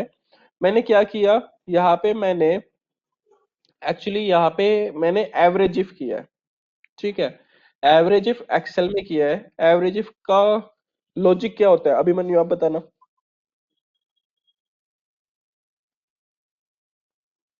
अभिमन्यु सर। एवरेज हमने क्या क्वार्टर क्वार्टर पे किया है क्या? हाँ, सो यहाँ पे मैंने क्या लिखा है, यहाँ पे मैंने Q1, Q2, Q3, Q4 या तो लिखा है। अगर हमने Q1 का किया है तो मतलब हमने हर साल का Q1 का एवरेज लिया है। मतलब अगर हमने पहले 2010 का लिया है Q1, 2011 का Q1 लिया है, 12 का लिया है Q1, 13 का Q1 लिया है, उसका एवरेज है ये। Correct, correct. So average if formula मैंने क्या किया, एवरेज इफ कर दो जिधर भी आपकी वैल्यू क्या है H8 से H19। एक्चुअली जो H8 की वैल्यू है ना, हाँ, so it is average if average कर दो कौन कौन सी वैल्यूज को, H8 से लेके H19 तक, जिधर भी आपको वैल्यू मिल रही है। सो ये मेरी एवरेज वाली कंडीशन है यहाँ पे। सो बेसिकली ये किसको एवरेज करना है, ये वो है जो आपको यहाँ पे शो कर रहा है H8 से H19। दिस इज कंडीशन, कि कंडीशन किधर चेक करनी है, from here to here. And condition क्या होगी बेसिकली वो O3 में आप बताएंगे। सो O3 में आपने बताया हुआ है कि जिधर 1 हो तो उसका एवरेज करना है, ठीक है। सो आपकी if you will do this आपकी वैल्यू सेम आएगी। सो if I do average, average किसका, Q1, so it is Q3 का एवरेज, ठीक है। Q3 का कर रहा हूं मैं, so that I can cross check the values. So मेरा 109% आ रहा है, करेक्ट। वही चीज मैंने यहाँ पे की हुई है, ठीक है। अगर मैं इसको एवरेज करता हूँ फॉर द Q1, एक बार उसको चेक कर सकते हैं हम। Q1 की पहली वैल्यू, Q1 की दूसरी वैल्यू, Q1 की थर्ड वैल्यू, तो इसको अगर मैं एवरेज करूंगा तो मेरा 93% आया। सो मैंने जो ये वाली चीज है मैंने यही सेम चीज किया हुआ है यहाँ पे, ठीक है। Is it clear to all of you? या ऋषभ सर क्लियर है? Yes sir. तो यहाँ पे मेरा 93% है seasonality. So it will actually show me what is the seasonality. So मेरा Q1 का सीजनैलिटी 93%, Q2 का सीजनैलिटी 84%, Q3 का सीजनैलिटी 109%, Q4 का सीजनैलिटी 114%, ठीक है। सो इट इज शोइंग कि Q1 Q2 में मेरा डिप आता है। इसमें सिर्फ 7% का डिप है, इसमें कुछ 16% का डिप है, फिर Q3 में वापस सेल्स इंक्रीज होती है, एंड Q4 में वापस वो 114 के अप्रोक्स चली जाती है। This is what the understanding is, ठीक है। यहाँ पे अब मैंने क्या किया है, so basically seasonality and noise था। अब मैंने यहाँ पे जो स्पेसिफिकली जो मेरी सीजनैलिटी आ रही थी जो यहाँ से आ रही थी वो मैंने वैल्यूज को यहाँ पे लिखा है, मैंने और कुछ नहीं किया। मैंने यहाँ पे बेसिकली वी लुकअप लगाया है। V lookup is another formula. V lookup क्या होता है कि आप लुकअप करते हो वैल्यूज को, जैसे Q1 की वैल्यू को आप यहाँ से लुक करोगे, ठीक है। सो वी लुकअप क्या है कि लुकअप वैल्यू होती है। सो इफ ये show you the formula, this is the lookup value. आपको किसको लुकअप करना है, आपको किसको चेक करना है, तो मेरे को वैल्यू 1 को चेक करना है। किस टेबल एरे में चेक करना है, दिस इज अनदर थिंग। मेरे को इस टेबल एरे में चेक करना है, दैट इज O3 से लेके P6 तक, ठीक है। Now the next one is कि ओके आपको इसमें चेक करना है, बट आपको कौन सी वैल्यू को चेक करना है। मेरे को जैसे फॉर एग्जांपल इसकी सेकंड वैल्यूज को लेके आना है, ठीक है। जैसे 1 को 1 इसने मैच किया, यहाँ पे 1 1 मैच किया, एंड मेरे को सेकंड वैल्यू को उठाना है, ठीक है। सो यहाँ पे बेसिकली सेकंड वैल्यू क्या है, सो इट इज 1, इट इज 2, मेरे को 93% को पिक करना है, ठीक है। एंड यहाँ पे जो मैच होते हैं फॉल्स है, कि बेसिकली आप एग्जैक्ट मैच चाहिए या थोड़ा सिमिलर मैच चाहिए, कि मतलब बेसिकली 1 ना मिले 1.5 मिल जाए तो भी उसको पिक कर लिया, बट मैंने कहा कि मेरे को एग्जैक्ट मैच चाहिए। तो ये मेरा फॉर्मूला है VLOOKUP का। सो यहाँ से इसने वैल्यू पिक कर ली 0.932। सिमिलरली इसने यहाँ से वैल्यू पिक की है कि VLOOKUP किया है इसने इस वैल्यू को 2 को, यहाँ पे इस 2 को, इसके सामने जो वैल्यू है उसको ये यहाँ से लेके आया है। So the value come out to be 0.838। So यहाँ पे परसेंटेज में कन्वर्ट है, इसलिए हमें परसेंटेज में ज्यादा राउंड फिगर्स दिख रहे हैं, but these are the actual values. So did you get the clarity यहाँ पे हमने इस स्टेप में क्या किया है? Yeah, got it. ठीक है, करेक्ट। सो यहाँ पे मैंने क्या किया है कि यहाँ पे जो मेरा सीजनैलिटी कंपोनेंट है, मेरी सीजनैलिटी आ गई हर क्वार्टर के लिए। अब मैं क्या कर रहा हूँ, एक्चुअली अब मैं डीसीजनलाइज कर रहा हूँ, ठीक है।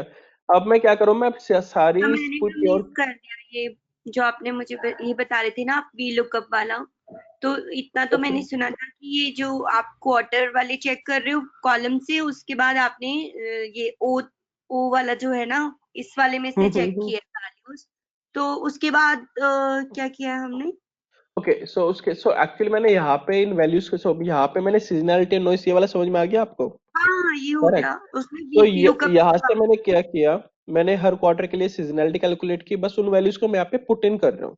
पुट इन कैसे कर रहा हूँ, बेसिकली यहाँ पे मैंने VLOOKUP का फॉर्मूला लगाया। बेसिकली मैंने क्या कर रहा हूँ यहाँ पे, अच्छा वो क्वार्टर वहां से 1, रिपीट कर रहा है, ठीक है हाँ, गॉट इट, कि ठीक क्वार्टर 1 के सामने यहाँ से मैं चेक कर रहा हूँ वैल्यू क्या है, वो मैं यहाँ पे वैल्यू लिख रहा है। हूँ, क्वार्टर 2 की वैल्यू मैं यहाँ पे लिख रहा हूँ। बेसिकली इनको कॉपी पेस्ट कर रहा हूँ एक तरीके से। इन चार वैल्यूज ठीक। को कॉपी किया, उन पर्टिकुलर क्वार्टर के सामने मैं पेस्ट करता चला गया। So these hmm values will be pasted again and again, ठीक है। ठीक। सो मैं हाँ वो कर जी। रहा हूँ। अब उसके एक्चुअली मेरा सीजनैलिटी कंपोनेंट आ गया। अब मैं क्या कर रहा हूँ, जो मेरी एक्चुअल सेल्स थी, ये मेरी सीजनैलिटी आ गई, मेरे को ये शो कर रहा है कि क्वार्टर 1 में मेरी सेल्स एक्चुअल में 4.8 लाख थी, बट वो सीजनैलिटी के इम्पैक्ट की बात थी। अगर मैं कह रहा हूँ अगर मेरी सीजनैलिटी होती ना, करेक्ट, अगर मेरी सीजनैलिटी ना होती तो मेरी सेल्स कितनी जानी थी। तो इसके लिए मैंने क्या किया है, तो मैं डीसीजनलाइज कर रहा हूँ इन सेल्स को, ठीक है। सो डीसीजनलाइज द एक्चुअल सेल्स। तो मैंने क्या किया है, it is this.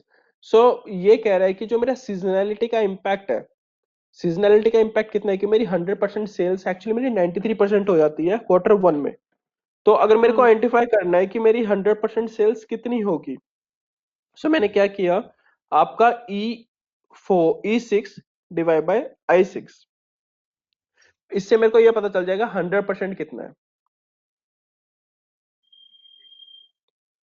Did you get the understanding या क्लैरिटी नहीं आया? ठीक मैं है। एक्सप्लेन करूं?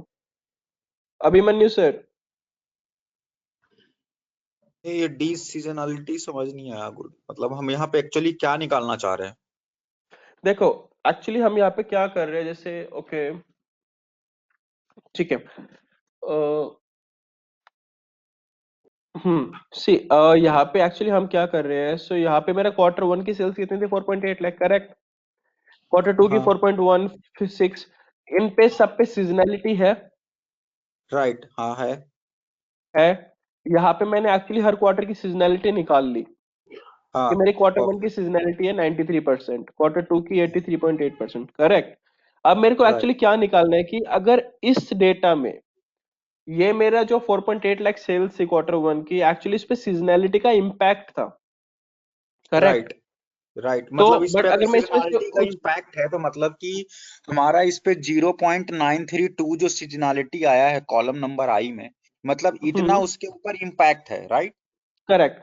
अब मैं क्या कर रहा हूँ, इस इम्पैक्ट जो बेसिकली 4.8 लाख था, ये इस पे सीजनैलिटी का इम्पैक्ट था। अगर मैं इसमें सीजनैलिटी का इम्पैक्ट हटा दूं, कि अगर तो इसमें हमारा मैं कुछ एक्चुअल वैल्यू आ सीजनैलिटी हो जाएगा। ही ना, तो मेरे को उस हाँ फिर सेल्स निकाल रहा हूं मैं, ठीक है। सो वो मैंने यहाँ पे किया हुआ है।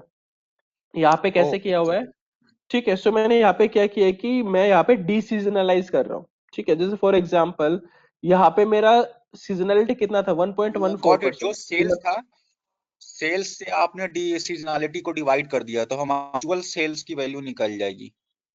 करेक्ट। सो मैंने क्या किया, जो मेरी सेल्स थी उसको मैंने डीसीजनाइज से डिवाइड किया एंड उससे मेरी क्या होगी, एक्चुअल सेल्स आ गई। सो यहाँ पे जो 6.5 लाख सेल्स थी 2010 के क्वार्टर 4 में, सो वो सीजनैलिटी का इम्पैक्ट था। अगर उस टाइम मेरी कोई सीजनैलिटी ना हो तो मेरी एक्चुअल सेल्स 5.6 लाख जाएगी। Correct. Right Rishabh sir, right Dikshita, clear हुआ? हाँ जी सर। ठीक है। सो बेसिकली मैंने एक्चुअल सेल्स जो मेरी थी उसमें से मैंने सीजनैलिटी को रिमूव किया है और तब मेरी ये वैल्यू आई है 4.894। ठीक है। Rishabh, is it clear? Yes sir. पक्का? किसी को डाउट तो नहीं ना? हाँ ठीक है। सो यहाँ पे एक्चुअली इफ यू सी, इसमें से मेरी सीजनैलिटी हट गई। सो जो मेरी एक्चुअल सेल्स थी उसमें से मैंने सीजनैलिटी हटा तो मेरी ये वैल्यूज आ गई। But if you see the trend, एक दूसरी चीज है कि बेसिस सीजनैलिटी हट गई बट ये ट्रेंड तो है अभी भी इंक्रीजिंग ऑर्डर में। सो अगर मैं ये ग्राफिकली शो करूं तो मेरा अभी भी ये ट्रेंड तो शो कर ही रहा है, करेक्ट, इंक्रीजिंग ऑर्डर में। या आई कैन से जो राइट मेरी ये वैल्यूज है, बेसिकली जो ये वाली वैल्यूज है ना, ये वाली वैल्यूज है। ठीक है। सो इफ यू सी यहाँ पे एक ट्रेंड है इंक्रीजिंग ऑर्डर में। अब मेरे को क्या करना है, मैंने सीजनैलिटी और इरेगुलरिटी को तो मैंने रिमूव कर दिया। बेसिकली मैंने क्या किया, इरेगुलरिटी मैंने कैसे रिमूव किया था, यहाँ पे मैंने इनका एवरेज ले लिया था तो मेरी नॉइस हट गई थी। ठीक है। मेरी सिर्फ सीजनैलिटी आ गई थी, मैंने सिर्फ सीजनैलिटी को हटा दिया तो अब मेरा सिर्फ ट्रेंड बचा हुआ है। करेक्ट। क्योंकि ये इंक्रीजिंग ऑर्डर में जा रहा है तो मेरा सिर्फ ट्रेंड दिख रहा है। अब मेरे को ट्रेंड को भी हटाना है। सो मैंने आपको क्या बताया था कि सीरीज को बेसिकली फोरकास्टिंग करनी है तो आपको सीरीज को स्टेशनरी करना पड़ेगा। स्टेशनरी कैसे करोगे, सीजनैलिटी हटा दो, ट्रेंड हटा दो। हमने सीजनैलिटी नॉइस और ट्रेंड को हटा दो। सीजनैलिटी और नॉइस तो हम हटा चुके हैं, अब इसमें से मेरे को ट्रेंड हटाना है। एक्चुअली अब ट्रेंड कैसे हटता है, that is something quite interesting thing. ठीक है। सो एक्चुअली ट्रेंड क्या होता है, देखो, do you know about linear regression? Rishabh, linear regression की इक्वेशन क्या है? मैं उसको कवर करूंगा बट इसमें थोड़ा बहुत हमें उसका यूज चाहिए होगा। तो उसका बस इतना यूज करेंगे कि हमें वो वाली चीज समझ में आ जाएगी, वरना लीनियर रिग्रेशन में आपको सब कुछ समझ में आएगा। Rishabh, what is the equation for linear regression? Linear का तो वही है ना सर, mx प्लस सी वाला, हाँ, y equal to mx plus c. mx तो प्लस जो सी। हमारी लीनियर रिग्रेशन की इक्वेशन होती है उसका उसका जो इक्वेशन है, it is y equal to mx plus C.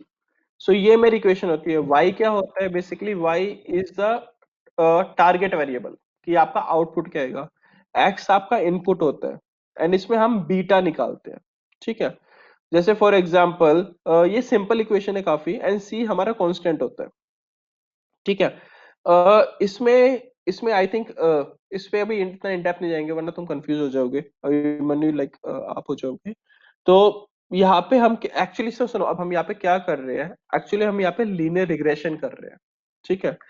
Linear regression में क्या होता है, आपकी जो इक्वेशन होती है it is y equal to mx plus c, and यहाँ पे x क्या होता है, x एक्चुअली आपका इनपुट होता है। ठीक है। और उस इनपुट का एक बीटा होता है। फॉर एग्जाम्पल, मैं थोड़ा बहुत आपको एक्सप्लेन करता हूँ। जैसे मैं ये कहूँ कि ये मेरी एक मार्केटिंग एक्टिविटी है।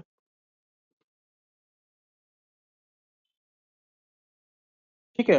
ये मार्केटिंग एक्टिविटी कह लो, मैं ये रहा एडवर्टीजमेंट है, ये मेरा एड है। एड पे और ये मेरी सेल्स है। ठीक है। एड पे मैं कह सकता हूँ ये मेरी हाँ, ये एड है। जैसे एड पे मेरे, जैसे मैंने 10 रुपए खर्च किए, यहाँ पे 15 किए, ये 30 किए। ठीक है। मेरी जो सेल्स आ रही है, मेरी सेल्स आई 30, 45, 90। ठीक है। और आई कैन से 30 की जगह, ठीक है, ये आई मेरी सेल्स 30, 45, 90। ठीक है। सो यहाँ पे मैं उसको कैसे जस्टिफाई करूंगा, जो मेरी इक्वेशन बनती है y equal to m x plus C. So equation का मतलब क्या है कि जो मेरी, सो यहाँ पे y होता है हमेशा आपका टारगेट वेरिएबल, जो आपका x होता है वो आपका क्या होता है, जो मशीन लर्निंग के कॉन्सेप्ट में था, it is basically the feature of the independent variable. ठीक है। सो आपकी जो y की वैल्यू है it is determined on x। जब आप लीनियर रिग्रेशन रन करते हो ना तो आपको हर फीचर का एक बीटा वैल्यू मिलता है। जैसे आपको रैंडम फॉरेस्ट में फीचर इंपॉर्टेंस मिली थी, Abhimanyu, did you remember? Abhimanyu, right right right ठीक है, आपको फीचर इंपॉर्टेंस मिली या थी। या यहाँ पे आपको यहाँ पे क्या मिलता है, आपको यहाँ पे बीटा मिलता है कि इस पर्टिकुलर फीचर का कितना इम्पैक्ट है। सो अगर यहाँ पे मैं दिखाऊं तो जो मेरी यहाँ पे इक्वेशन बन रही है, यहाँ पे मेरी y की वैल्यू जैसे 30 है, मेरी x की वैल्यू 10 है, ठीक है। c एक्चुअली एक कांस्टेंट होता है वैल्यू, c एक कांस्टेंट है जिसको आपका मॉडल डिफाइन नहीं कर पाता, ठीक है। मतलब बेसिकली कोई एरर टर्म जिसको मॉडल आइडेंटिफाई ना करे तो वो एक लीनियर रिग्रेशन होता है कि ये वाली चीज मैं डिफाइन नहीं कर पाया तो उसको वो c में डाल देता है। यहाँ पे मैं c को अगर 0 रखूं, c को मैं 0 रखता हूं तो आपके अकॉर्डिंग यहाँ पे m की वैल्यू क्या आ रही है अभिमन्यु? तो बेसिकली अभी मैं यहाँ से सी को पिक्चर से हटा देता हूँ थोड़ा सिंप्लीफाई करने के लिए। तो ये मेरी इक्वेशन है y equal to m x. Y मेरा डिपेंडेंट, y मेरा टारगेट वेरिएबल है, x मेरा फीचर है। ये बेसिकली फीचर और m क्या है कि इस पर्टिकुलर फीचर का इम्पैक्ट, इसको कोफिशिएंट बोलते हैं कि इस पर्टिकुलर फीचर कितना इम्पैक्ट कर रहा है आपके y को। तो अगर इसमें मैं आइडेंटिफाई करूं तो मेरी m की वैल्यू क्या आएगी Abhimanyu? This question is for you. X तो हमारा ये हो गया कॉलम ए की वैल्यू, राइट? करेक्ट, ये एड पे पैसा स्पेंड है, हाँ जी। और इस फीचर्स का सेल पे कितना इम्पैक्ट है, हम्म तो एम की वैल्यू अगर मैं ये इक्वेशन लेके चलता हूं तो y equal to m x, मेरे को m निकालना है तो क्या होगा? आप सिंपली ये कह सकते हो m इक्वल टू, ऋषभ आप बताना, what will be the value of m? 3. Correct. सो यहाँ पे जो m की वैल्यू हाई है, m को मैं ऐसे लिख सकता हूँ y divide by c Abhimanyu, sorry y divide by x।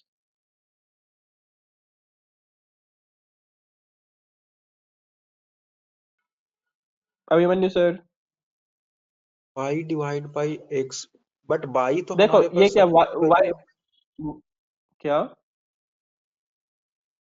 x की वैल्यू तो हमारे पास है बट y की नहीं है, तो फिर हम y y की ये वैल्यू है कहाँ ना, से लेंगे? y सेल्स है ना, ओके ओके, ये टारगेट वेरिएबल तो वही तो करते हैं, टारगेट है आपका हाँ हाँ, और ये आपका इंडिपेंडेंट है। तो y की वैल्यू ये है, आपकी x की वैल्यू ये है, equal to m x equation है, तो m निकाल सकता हूँ y बाई एक्स। तो यहाँ पे अगर मैं करता हूँ तो दिस या डिवाइड बाय दिस, या तो मेरा m कितना निकल के आ रहा है? 3। 3, तो मैं कह या सकता हूँ जो मेरा एडवर्टीजमेंट है वो मेरे सेल्स पे, सो एडवर्टीजमेंट का जो बीटा या जो इम्पैक्ट वैल्यू है that is 3। 3, correct, right right,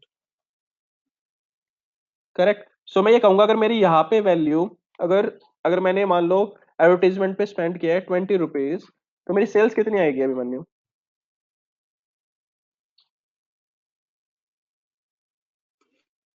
तो हम 20 मल्टीप्लाई 3 कर देंगे तो यहाँ पे आ जाएगा 180, 20 नहीं मल्टीप्लाई 3 60 यार आप दीक्षिता के आगे ऐसा मत क्या करो, उसका गुस्सा आता है। 60 वो आपकी मुझे कोई गुस्सा नहीं आता। मेरे को वो लगता है संजय वो कंफ्यूज होगा कि मैंने 90 से मल्टीप्लाई कर दिया होगा और पीछे हाँ एक जी। लगाना मुझे। नहीं एक्चुअली वो डर जाता है, Dikshita Dikshita is more of a PhD, तो उसके सामने थोड़ा नर्वसनेस आ जाती है, मेरे को ऐसा लगता है। सो 20 into 3 आपका यहाँ पे 60 आएगा, करेक्ट। 60 आएगा, या तो एडवर्टाइज जितना एडवर्टाइजमेंट में पैसा स्पेंड था उस इंटू 3 करोगे, that is the beta value. So ये आपका मोटा मोटा एक लीनियर रिग्रेशन का कॉन्सेप्ट होता है, ठीक है। पूरा डिटेल में हम स्टडी करेंगे कि कैसे होता है बैकएंड पे ये एम की वैल्यू कैसे निकलती है, I will tell you that one. But अभी के लिए जितना हमें टाइम सीरीज में चाहिए, सो ये एक्चुअली होता क्या है, y equal to m x होता है। तो जो हमारी m होता है ना, m बेसिकली हमारा बीटा वैल्यू होता है या कोफिशिएंट बोलते हैं कि बेसिकली ये वाला फीचर कितना इंपैक्ट कर रहा है मेरी y वेरिएबल को। तो आप मशीन को या दोनों देते हो, मशीन आइडेंटिफाई कर लेगी ये कितना इंपैक्ट करता है। तो यहाँ पे हमें दिख रहा है कि ये 3 इंपैक्ट कर रहा है कि बेसिकली जितनी आप एडवर्टाइजमेंट में पैसा स्पेंड करोगे उससे 3 गुना आपको सेल्स मिल रही है, करेक्ट। तो इससे एक तरीके से हम आरओआई भी कैलकुलेट करते हैं कि रिटर्न ऑन इन्वेस्टमेंट, कि मैं इस पे इन्वेस्ट कर रहा हूँ 10 रुपए, मेरे को रिटर्न कितना आ रहा है। बेसिकली 30 प्रोडक्ट पे जितना मेरे को प्रॉफिट बच रहा है, तो उसको मैं आइडेंटिफाई कर लेता हूँ कि मैंने यहाँ पे 10 रुपये स्पेंड किया, उससे मेरे 30 प्रोडक्ट बिक गए। अगर हर प्रोडक्ट में भी मैं 10 रुपीज बचा रहा हूँ, तो मेरे कितने 300 रुपए बचे, तो मेरा ROI क्या होगा 300/10 ऐसा कुछ करके, ठीक है। सो वो दूसरी टाइप की मॉडलिंग हो जाती है, बट यहाँ पे मेरे को बीटा मिला 3 का। सो this is more of example of linear regression. तो यहाँ पे एक्चुअली मैं क्या कर रहा हूँ, यहाँ पे जो मेरे पास, अब वापस बैक टू दिस वन, तो मेरे को जो ट्रेंड मिला था, so are you there with this, कि यहाँ पे मैंने क्या किया था, जो मेरे एक्चुअल डेटा पे मैंने सीजनलिटी को रिमूव किया था, तो मेरे पास ये वैल्यू आ गई थी, राइट। ठीक है। सो ये मेरी डीसीजनलाइज डेटा, बट इसमें मेरा ट्रेंड कंपोनेंट था, करेक्ट, इसमें मेरा ट्रेंड कंपोनेंट था। अब मेरे को ट्रेंड को रिमूव करने के लिए मेरे को ऑटो रिग्रेशन करना पड़ेगा।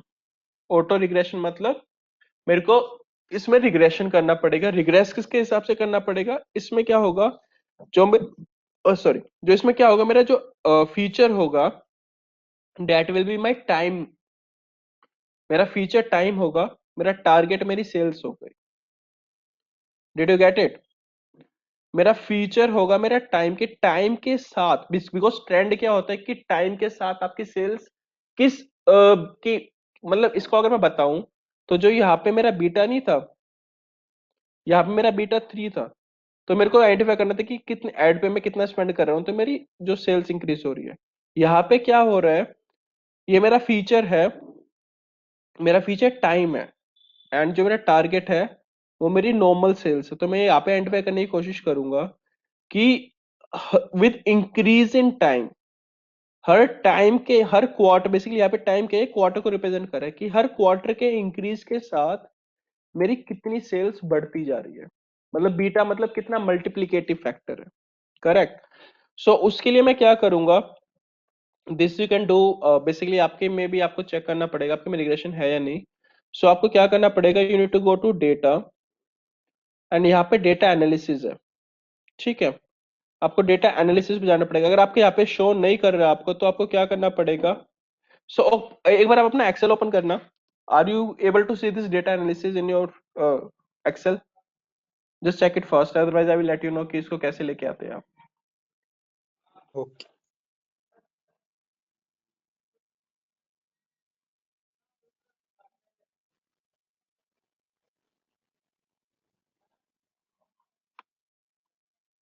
है।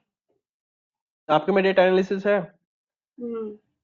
तो इसमें आपके है। पास लीनियर रिग्रेशन भी होगा, यहाँ पे रिग्रेशन भी हाँ होगा, जी। करेक्ट। हाँ जी। हाँ ओके, जी। अभिमन्यु एंड ऋषभ आपके में है? चेकिंग गुरदीप। हाँ है गुरदीप, डेटा एनालिसिस है। ऋषभ सर? डेटा एनालिसिस है सर एक्सेल में। ठीक है, एक्सेल में है। अगर वैसे अगर मान ले बाय द वे आप दूसरे सिस्टम पे काम कर रहे हो जिधर ये नहीं होगा, तो वहां पे आपको क्या करना पड़ेगा, आपको फाइल में जाना पड़ेगा, ठीक है। फाइल में आपको जाना पड़ेगा, यहाँ पे था, अकाउंट्स में जाना पड़ेगा। अकाउंट्स में जाने के बाद यहाँ पे नहीं, इट वाज समथिंग है जिसके में आता, इसमें एक्चुअली आपको नहीं, सॉरी, इसमें आपको ऑप्शंस में जाना पड़ेगा। ऑप्शंस में आपको यहाँ पे जाना पड़ेगा एड-इन्स में, ठीक है। एंड यहाँ पे आप एक्सेल के एड-इन्स में गो करोगे, तो आपको यहाँ से सिलेक्ट कर सकते हो आपको क्या क्या चाहिए। एनालिसिस टूल किट, सोल्वर आपको चाहिए तो आप सोल्वर भी ऐड कर सकते हो, जैसे ये 2 चीजें हैं, इनको भी मैं ऐड कर रहा हूँ, तो आपकी वो 2 चीजें भी ऐड हो जाएगी। एक बार आप ट्राई कर लो, सो दैट अगर आपको जरूरत पड़े तो you can do that one. अगर दूसरे सिस्टम पे काम करते हो, फाइल में जाओ, एंड फाइल में जाने के बाद go to options at the down. Are you able to open it? Yes Gurdeep. Options में जाओगे, यहाँ पे चले जाना एडिंस में। या मेरा ऑलरेडी सब कुछ चेक है, analysis tool pack, analysis tool pack, BBA, euro currency and solver adding. Okay, so ठीक है। सो बेसिकली यहाँ से आप एड-इन्स कर सकते हो अगर आपके में एड-इन हो। जैसे सोल्वर का भी मैं एक यूज केस आपको एक्सप्लेन करूंगा। Solver is basically use for optimisation perspective.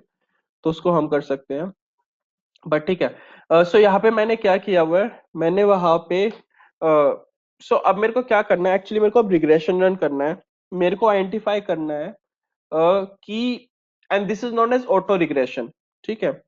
आप जब किसी भी सेल्स को टाइम के साथ रिग्रेशन करते हो तो उसको ऑटो रिग्रेशन बोलते हैं। ऑटो रिग्रेशन मतलब कि आपका एक्चुअली, क्योंकि ये okay, just let me implement it, फिर आपको समझ में आएगा।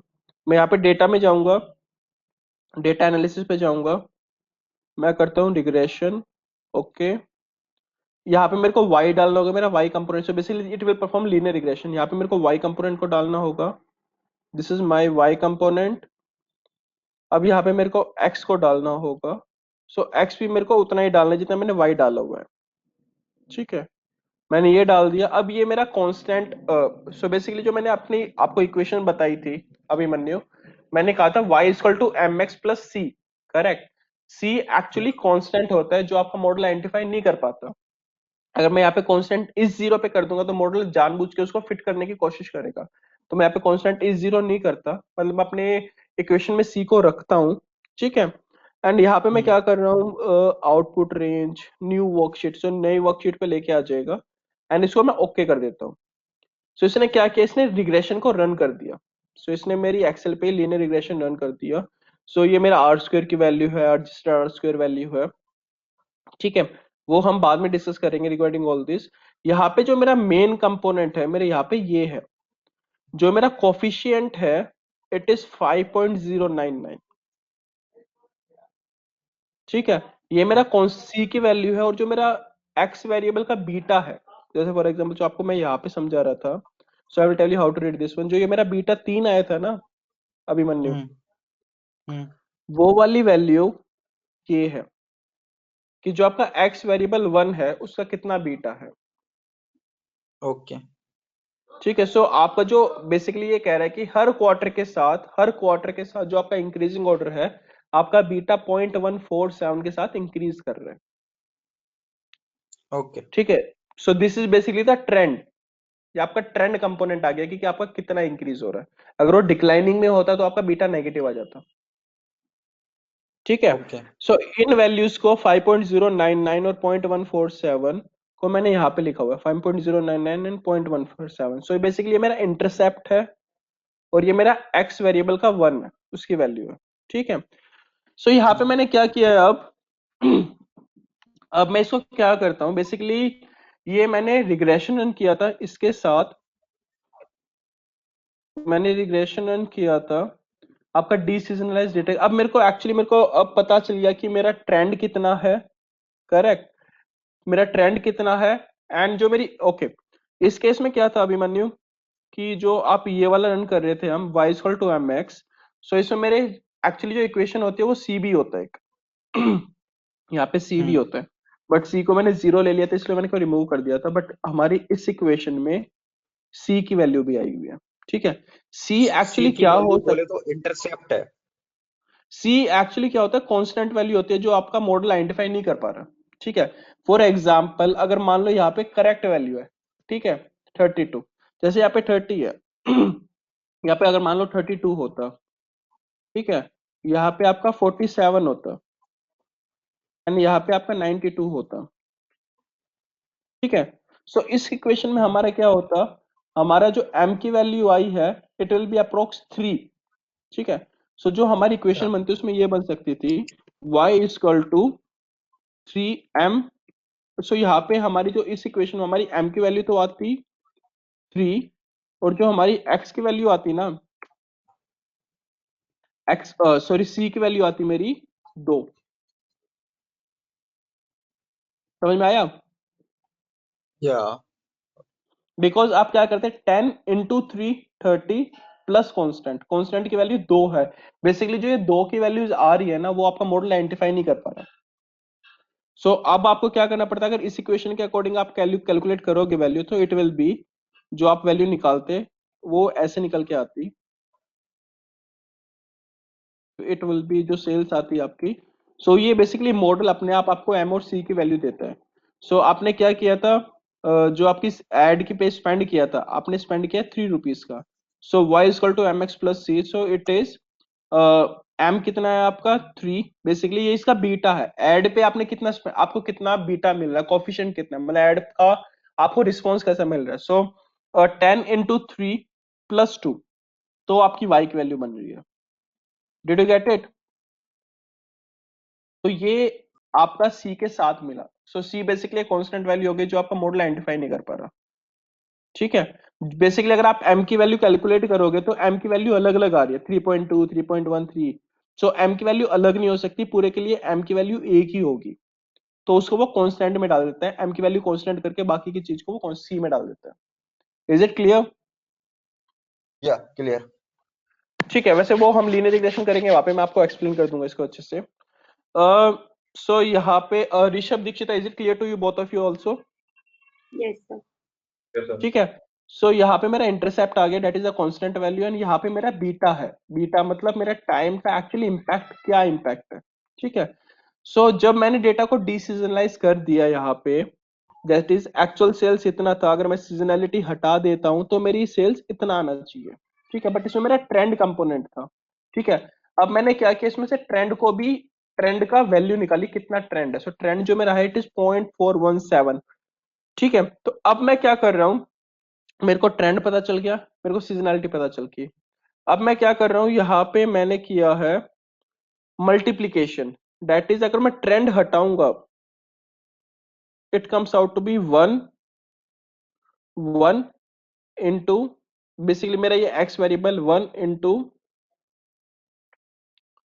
Just give me second. हाँ, एंड एक्चुअली पता है ये मेरे को क्या करना था, okay let me just tell you. ठीक है, सो यहाँ पे मैंने क्या किया, मेरे को आइडेंटिफाई हो गया कि मेरा टाइम के साथ मेरा किस वैल्यू के साथ ये इंक्रीज कर रहा है। सो जो मेरा आ रही थी वैल्यू, बेसिकली जो मेरा ट्रेंड था इट इज 0.147। मैंने यहाँ पे ट्रेंड को आइडेंटिफाई कर लिया, ट्रेंड क्या है। अब मैंने, मेरा ट्रेंड भी निकल गया, मेरे को सीजनैलिटी भी पता चल गई। ठीक है, now I will do the forecast part. So मैंने यहाँ पे क्या किया है, बेसिकली अब ट्रेंड के लिए मेरे को यहाँ पे ट्रेंड की वैल्यू पता चल गई। सो मैंने क्या किया, 1 इंटू, बेसिकली मैं वापस y बनाने की कोशिश कर रहा हूं।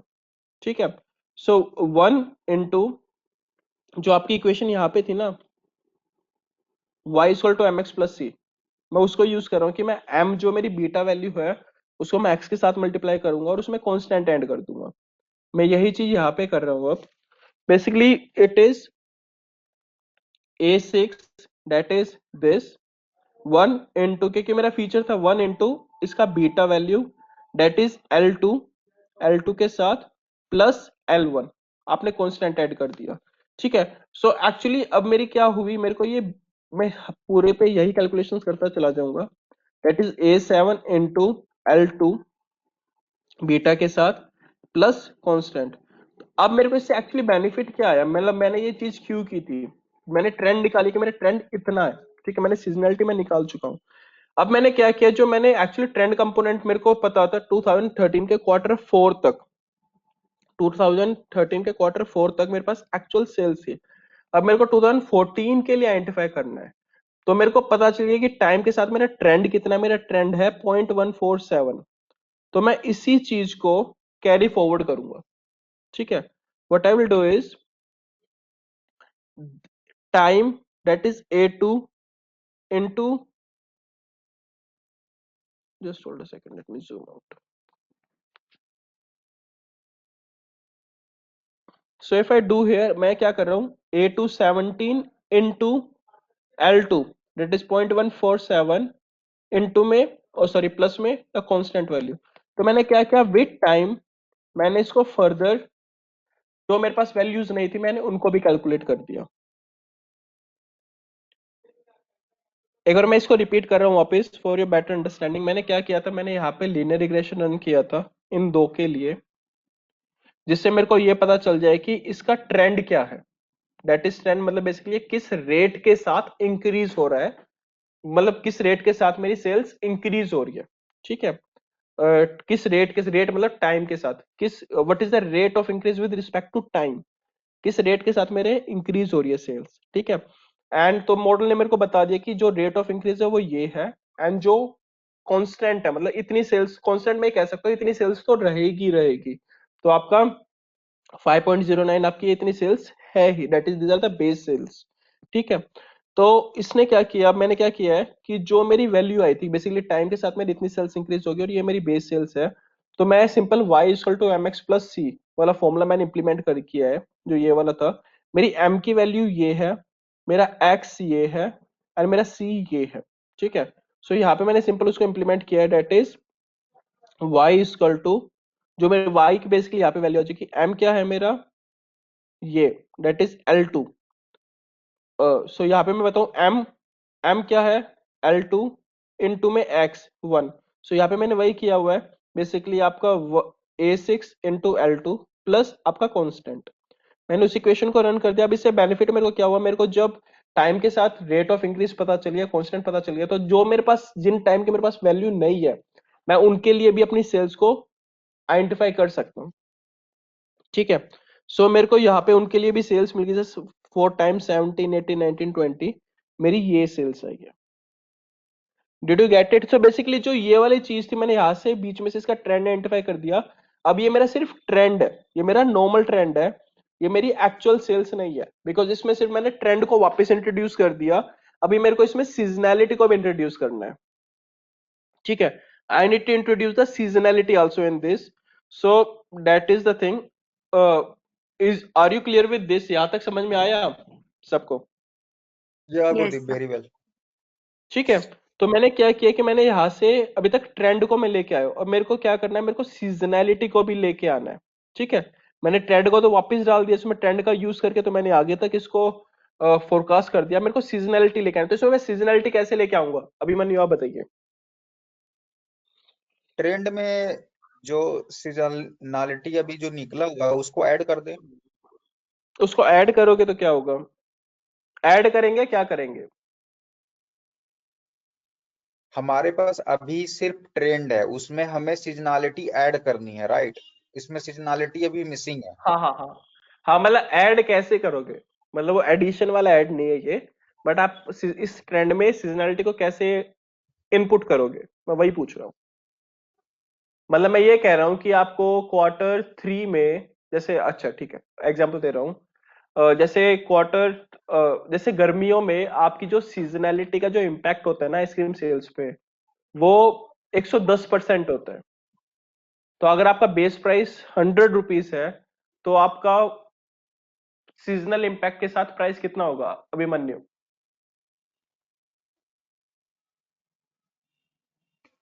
मैं इसको ना थोड़ा एकदम सिंपल देख रहा हूँ कि हमारे पास कॉलम नंबर आई में ना सीजनलिटी निकला हुआ है कि हमारे हर क्वार्टर करेक्ट। में सीजनलिटी इतना था, और हम्म हमारे पास अभी प्रिडिक्ट करके एक ट्रेंड भी आ गया है, और हमें ट्रेंड हम्म में अभी सीजनलिटी मिसिंग है। तो हम ऐसा हम्म नहीं कर सकते कि कॉलम नंबर के में जो ट्रेंड है उसको हम प्लस कर दे सीजनलिटी के साथ कॉलम नंबर आई को, तो हमारा क्या होगा कि ट्रेंड में सीजनलिटी ऐड हो जाएगा। भैया जी वो प्लस ही तो नहीं कर सकते ना, मैं तभी तो आपको ओके। क्वेश्चन पूछ रहा हूँ, आपकी थिंकिंग बिल्कुल करेक्ट है, बट मैं ऑपरेशन क्लियर करवाने के लिए मैं आपसे क्वेश्चन पूछ रहा हूँ कि हम्म। ओके, जैसे कि एग्जांपल है, अगर मेरी नॉर्मल गाड़ियों की सेल्स 1 लाख है, ठीक है, बे हमेशा होती है, बट क्या हुआ रिसेशन के कारण, या मतलब रिसेशन नहीं कहता, मतलब मेरी नॉर्मल गाड़ियों की सेल्स 1 लाख है, बट गर्मियों में सेल्स 100% नहीं रहती, 90% आ जाती है, तो मेरी सेल्स कितनी होगी, मतलब गर्मियों में मेरी सेल्स 90% होती है, मेरी बेस सेल्स 1 लाख है, तो गर्मियों में मेरी सेल्स कितनी होगी, ये बताओ। Did you get the question correctly Abhimanyu? Question एक बार और रिपीट करना आप। मेरी बेस सेल्स मेरी नॉर्मली पूरे साल की जो मतलब जो मेरी बेस सेल है वो 1 लाख है, ठीक है, हाँ। बट गर्मियों में सीजनैलिटी होती है और मेरी सेल्स खाली 90% होती है, ओके।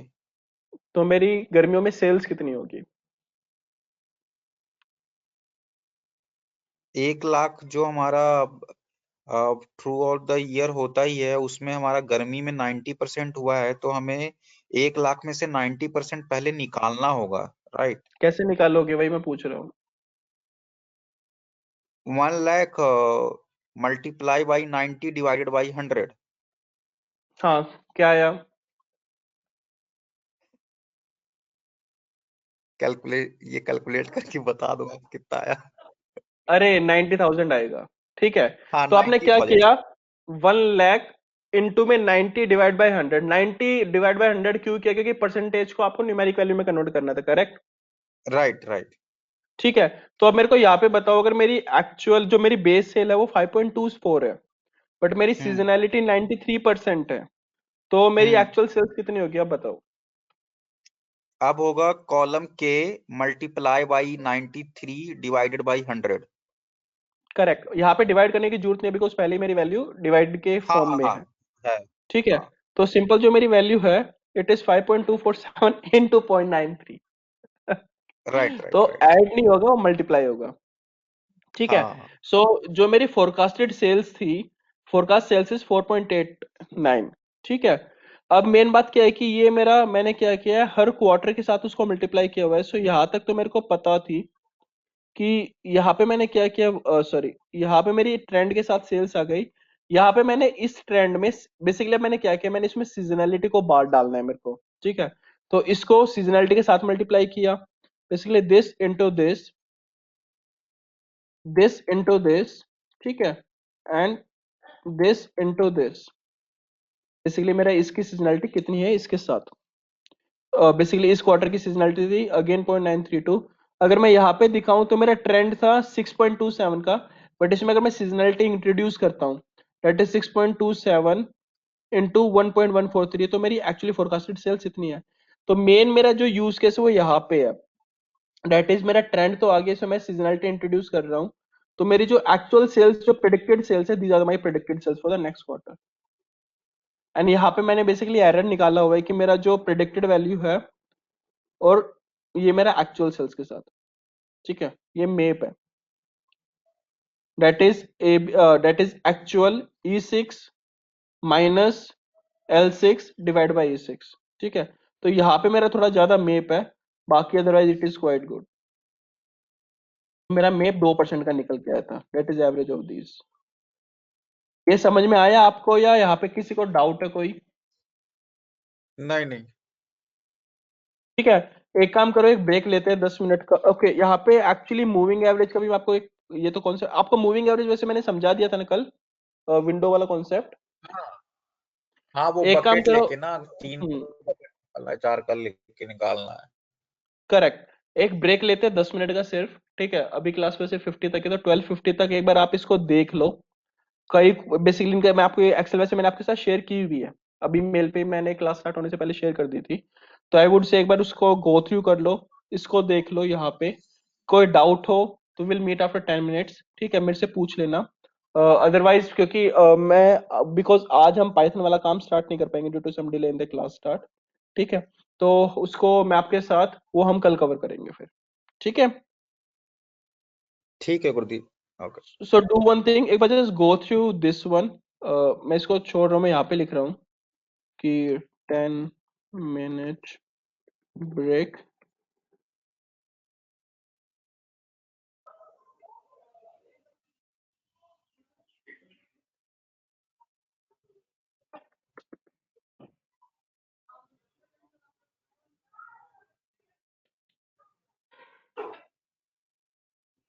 आई होप कि आपको सब कुछ थोड़ा सही समझ में आ गया होगा। तो एक्चुअली बैकएंड की वर्किंग है ना, तो मैं थोड़ा क्लैरिटी मिल जाएगी।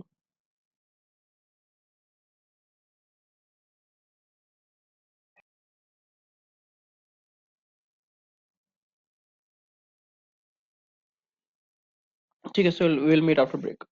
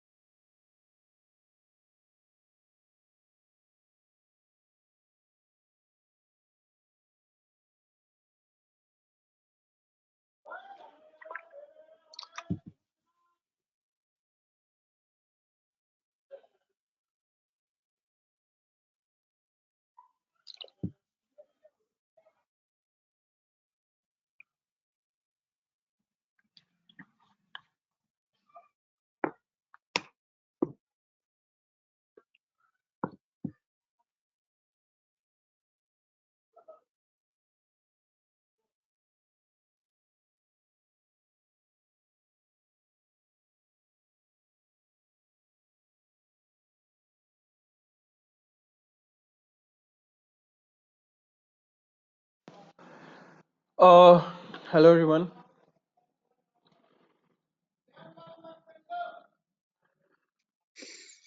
Yeah, Gurdeep. Hi, Manu, hi Dikshitam.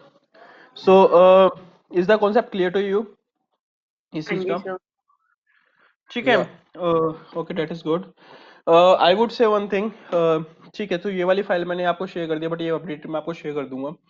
There will be not much of a difference. I hope आपको इंटरनल वर्किंग समझ में आई होगी. बेसिकली पहले हम मूविंग एवरेज कैलकुलेट कर रहे हैं. ठीक है, मूविंग एवरेज से बेसिकली बेसलाइन निकालने के लिए what is the baseline for the thing. फिर हम सीजनैलिटी एंड नॉइज को आइडेंटिफाई करें कि सीजनैलिटी और नॉइज कितनी है. फिर उसको हम बेसिकली रिमूव कर रहे हैं. बेसिकली नॉइज को तो हम यहाँ पे कैटर आउट कर लेंगे कि नॉइज हटा दिया हमने यहाँ से. हमने सिर्फ सीजनैलिटी को आइडेंटिफाई कर लिया. फिर हम पूरे डेटा को डीसीजनलाइज कर रहे हैं कि जो हमारी एक्चुअल सेल्स थी उसमें से सीजनैलिटी को अगर हम रिमूव करेंगे तो हमारी सेल्स कितनी आई है. Then we identify the trend component की हमारा बेसिकली ट्रेंड क्या है, बेसिकली किस रेट के साथ हमारा जो सेल्स वैल्यू है वो इंक्रीज हो रही है विद रिस्पेक्ट टू टाइम. हमने उसको आइडेंटिफाई कर लिया. That is 5.2, 5.3, 5.54 and all these. Basically जो किस ट्रेंड के किस रेट के साथ इंक्रीज हो रहा है वो हमारी वैल्यूज आ गई 0.147 and this is the constant value. ठीक है, फिर जो हमारे पास ट्रेंड की वैल्यू है, बेसिकली जो ये वैल्यूज है इसमें सिर्फ ट्रेंड कंपोनेंट है एंड इसमें हमारी सीजनैलिटी नहीं है. सो इसमें जब हम सीजनैलिटी को इंट्रोड्यूस करेंगे, सो बेसिकली इस ट्रेंड में सीजनैलिटी को इंट्रोड्यूस करने के लिए हमें सिंपल इसको मल्टीप्लाई करना होगा सीजनैलिटी वैल्यू के साथ. दैट इज कॉलम के into column I. That is a simple use case और implementation to get the actual forecast value. And यहाँ से मैंने एरर टर्म किया है. Error term basically is the difference between the forecast and the actual sales. और पूरे error का अगर मैं एवरेज आउट करता हूँ तो मेरी जो मेप आ रही है वो 2% के अप्रोक्स आ रही है. ठीक है, नाउ एंड ये इसका ग्राफिकल रिप्रेजेंटेशन है. इफ यू सी, जो मेरी ब्लू लाइन है it represent the actual sales of the car. ठीक है, जो मेरी ग्रीन लाइन है वो मेरी प्रेडिक्टेड सेल्स है. दैट इज ये मेरा फोरकास्ट वाली वैल्यूज है. दैट इज द, सो यहाँ से if you see it is quite close. यहाँ पे थोड़ा गैप है. एंड जो ये बीच वाली है ये डी सीजनलाइज वाली लाइन है जिसमें सीजनलिटी को हमने रिमूव किया हुआ है. ठीक है, बट इसमें ट्रेंड था. इसमें ट्रेंड कंपोनेंट है. सो if you see, so the main lines are these two, the blue and the green. The blue is the actual line, the green is the predicted line. That is a prediction. And if you see, यहाँ पे मेरा actual values यहाँ पे खत्म हो रही है and इससे मेरी ये फोरकास्टेड वैल्यूज है ग्रीन वाली लाइन की. ठीक है, दैट इज द थिंग. सो इसमें हमारी दैट इज प्रिडिक्ट कौन सी है, मतलब ग्रीन जो आपने प्रेडिक्टेड प्लॉट हमारी किया. ग्रीन है. प्रेडिक्टेड हमारी ग्रीन है. हाँ, पर आपने पिक कहाँ से करी है. सो मैंने इसको यहाँ पे प्लॉट किया हुआ है ना. Okay, just let me show you. So ये मैंने एक्चुअली वो यहाँ पे इसके ये वाला डेटा है इसके साइड में ही है. तो इफ यू सी, मैंने यहाँ पे इससे प्लॉट किया हुआ है ना इसको कि ये एक्सेल में ग्रीन इंसर्ट को कास्ट से करी है आपने प्लॉट. किया. जो ग्रीन वाली आपने प्रिडिक्टेड वैल्यू आप कह रहे हो वो आपने कॉलम में फोरकास्ट से ली हुई है, राइट. हाँ, ये फोरकास्ट है. ठीक है, ठीक है, ठीक ठीक है, जो ब्लू वाली है, if I click on blue one, so है. वो दिस इज द, ओरिजिनल हमारा प्रिडिक्टेड है. वो एक्चुअल सेल्स है. ठीक है, ठीक है. ठीक है, जो रेड हाँ, है ये हमारा डीसीजनलाइज वाला है. ठीक है, so if I show you, तो ये हमारा ब्लू एक्चुअल है, ग्रीन प्रेडिक्टेड सेल्स है. एंड यहाँ पे if you can see this is the prediction going forward कि हमारी सेल्स ऐसे मूव इन करेगी गोइंग फॉरवर्ड. ठीक है, so in the next class let me just show you again हम क्या करेंगे. नेक्स्ट क्लास में हम तो अपना बेसिकली रिमार्क. हाँ मतलब जी. मैं ये समझ रहा हूँ कि जैसे अगर टाइम सीरीज का इस तरह का अगर प्रॉब्लम होता है तो हमें सबसे पहले उसमें से जो इस तरह के जो टाइम सीरीज के जो कंपोनेंट्स हैं, मतलब seasonality, cyclicity, irregularity and trend, हमें ये सब पहले फिल्टर आउट करने पड़ेंगे, मतलब पहले रिमूव निकाल करने पड़ेंगे. फिर जो एक्चुअल जो सेल्स आते हैं फिर उस पे हमें अपना ये क्या कहते हैं जो हमने ये रिग्रेशन किया है उस हिसाब से फिर हम निकाल के उसका प्रिडिक्शन करेंगे, राइट. करेक्ट. देखो, if I show you in this, हमने मूविंग एवरेज भी किया है हमने, and this is known as auto regression. हमने AR और MA दोनों यूज किया है. टू फाइंड द फोरकास्ट, ठीक है। अरीमा मॉडल या की जो बैकएंड की वर्किंग है वो क्वाइट सिमिलर होती है, ठीक है। जैसे यहाँ पे अच्छा, मूविंग अभी एवरेज एक पे चीज हमने बताओ बकेट मुझे, 4 जैसे लिया इस था। हाँ। ये वाला डेटा सेट में हमारे पास सीजनलिटी एंड इरेगुलरिटी थी, ऐसा हम्म भी हमारे पास डेटा हो सकता है जिसमें साइक्लिसिटी हो, ट्रेंड हो, तो हमें वो भी रिमूव करना पड़ेगा, राइट? देखो, 4 कंपोनेंट थे, सीजनैलिटी और इरेगुलरिटी डेट इज नॉइज, तो हम कैटर कर रहे हैं, करेक्ट, हम रिमूव कर रहे हैं। राइट ट्रेंड को भी राइट हम राइट यहाँ राइट पे आइडेंटिफाई कर रहे थे कि ट्रेंड क्या है, करेक्ट, हमारी ट्रेंड की वैल्यू है, हाँ, ठीक है। Regarding the cyclicity, actually cyclicity हम नहीं कर सकते बिकॉज साइक्लिसिटी जो साइकिल होती है वो 8 से 10 साल की होती है इन नॉर्मल, तो उतना लंबा आप कभी डेटा लेते भी नहीं टाइम सीरीज में। टाइम सीरीज फोरकास्टिंग में आप मोस्ट टू मोस्ट पिछले 2-3 साल का डेटा लेते हो या 4 साल का लेते हो, उससे ज्यादा डेटा नहीं ले सकते, ओके ठीक है। तो वो आप साइक्लिसिटी को कैटर कर ही नहीं सकते टाइम सीरीज का यूज करके, बिकॉज वो साइकिल ज्यादा लंबी होती है, ठीक है। That is the main thing. But बाकी की जो ट्रेंड, नॉइस एंड सीजनैलिटी वो हम इसमें हैंडल कर रहे हैं। सो if I just show you the next class में जो कल होगी, लेट मी, हम ये वाली चीज हैंडल करेंगे। So we will be doing the ARIMA modelling, ठीक है। हम यहाँ पे एरिमा इंप्लीमेंट करेंगे, सो ये थ्योरी होगी, ठीक है। यहाँ पे हम बेसिकली लाइब्रेरीज को इंपोर्ट करें, एक मॉड्यूल मेकिंग का अलग से मॉड्यूल है जिसको हम यूज करेंगे। इसमें बेसिकली मैंने आपका, okay let me just show you. तो यहाँ पे हम बेसिकली वो टेस्ट करेंगे, रोलिंग स्टैटिस्टिक्स और एडीएफ टेस्ट करते हैं, ठीक है। सो ये एडीएफ टेस्ट के रिजल्ट ये होते हैं, ये आपके रोलिंग स्टैटिक्स के रिजल्ट है कि आपका रोलिंग मीन कितना है, rolling original data basically view में रोलिंग मीन क्या है, स्टैंडर्ड डेविएशन कितना है, ठीक है। हम लॉग लेंगे डेटा का, फिर वापस स्टेशनरी चेक करेंगे तो यहाँ पे डेटा थोड़ा स्टेशनरी हुआ, ठीक है। फिर हम बेसिकली डिफरेंसिंग भी करेंगे, तो ये हमारी stationary, if you see mean काफी, rolling mean and rolling standard deviation काफी स्टेशनरी हो गया, ठीक है। तो इफ यू सी यहाँ पे हमारी स्टेशनरिटी सीरीज स्टेशनरी है and series is has become stationary. अब उसके बाद एसीएफ और पीएससीएफ टेस्ट हम यूज करते हैं, इनसे हम आइडेंटिफाई करेंगे कि हमारी ए आर की वैल्यू क्या, डेट इज पी और क्यू की वैल्यू क्या होगी, ठीक है, ए आर और एम ए की वैल्यू। एंड उसको फिर हम अरीमा मॉडलिंग में हम उन वैल्यूज को प्रोवाइड करते हैं कि पी की वैल्यू, क्यू की वैल्यू, डी की वैल्यू क्या होगी, पी डी क्यू की वैल्यू क्या होगी। एंड फिर उससे हम प्लॉट करते हैं कि हमारी प्रिडिक्शन कितनी क्लोज है। जैसे इसमें रेड कलर में हमारी, रेड हमारा ओरिजिनल है, ब्लैक हमारी, ब्लैक में हमारी प्रिडिक्शन वैल्यू है, सो इट इज क्वाइट क्लोज, ठीक है। सेम एक्चुअली एक यूज केस मैंने लिया हुआ है इसमें, दूसरा आपका रेमेंड्स पे शेयर मार्केट का। सो बेसिकली मैं कल आपको ये समझाऊंगा, that will be a homework for you कि आपको कोई सी पर्टिकुलर शेयर को पिक करना है जिसको आप चाहो, एंड उस पर आपको एक टाइम सीरीज मॉडल बना के देखना, ठीक है। सो मैंने रेमेंड्स के साथ किया था कि इसको पहले सीरीज को स्टेशनरी किया था, ठीक है। एंड उसके बाद हमने एडीएफ पीएडीएफ एरिमा मॉडलिंग किया था, एंड ये हमारी प्रेडिक्टेड एंड एक्चुअल वैल्यू आई थी। बट वो नॉर्मल, यहाँ पे कोविड टाइम था, बिकॉज अप्रैल में हमारा कोविड का इम्पैक्ट आ गया था, तो शेयर मार्केट काफी डिप गई थी। बट आज के टाइम में बहुत सिचुएशन नहीं है, ठीक है। सो हम एक बार चेक करेंगे कि what we can do and एक प्रेडिक्शन करते हैं। ये बेसिकली स्टेशनरी ना करके हम रन करेंगे तो ये हमारा ऐसा रिजल्ट आता है। सो हम इसको कल, I will go through this one, this Jupyter notebook I will explain you, ठीक है। एंड मैं आपको ये भी बता दूंगा आपको डेटा किधर से लेके आना है, एनएससी बीएससी की वेबसाइट से, and then you to create your own time series ARIMA model, ठीक है। Is it clear? हाँ जी सर। अभिमन्यु दीक्षित ऋषभ, या ठीक है, ठीक है। So thank you all, take care, good bye, we will meet tomorrow, thank you. Yes okay, bye bye. Okay, one more thing, अगर हो, वैसे तो कल क्लास 10 to 1 होगी, बट अगर चांसेस हुए तो शायद 12 to 3 भी हो सकती है। मैं आपको इंटीमेट कर दूंगा, मतलब मोस्ट ऑफ चांसेस 10 to 1 है, तो 12 to 3 के लिए are you comfortable all? Rishabh, कोई इश्यू तो नहीं? नहीं सर, मेरे को कोई दिक्कत नहीं। ठीक है, सो वरना फिर 12 to 3 कर लेंगे, मतलब मोस्ट चांसेस 10 to 1 ही है। बट अगर कुछ है मेरे यहाँ पे, तो कुछ अगर मेरे को कहीं जाना हो तो 12 to 3 कर लेंगे फिर, ठीक है। Thank you, take care, bye. I have shared this file, just bye go bye. Through this files, ठीक है, बाय। हाँ जी sir, okay. Thank you sir.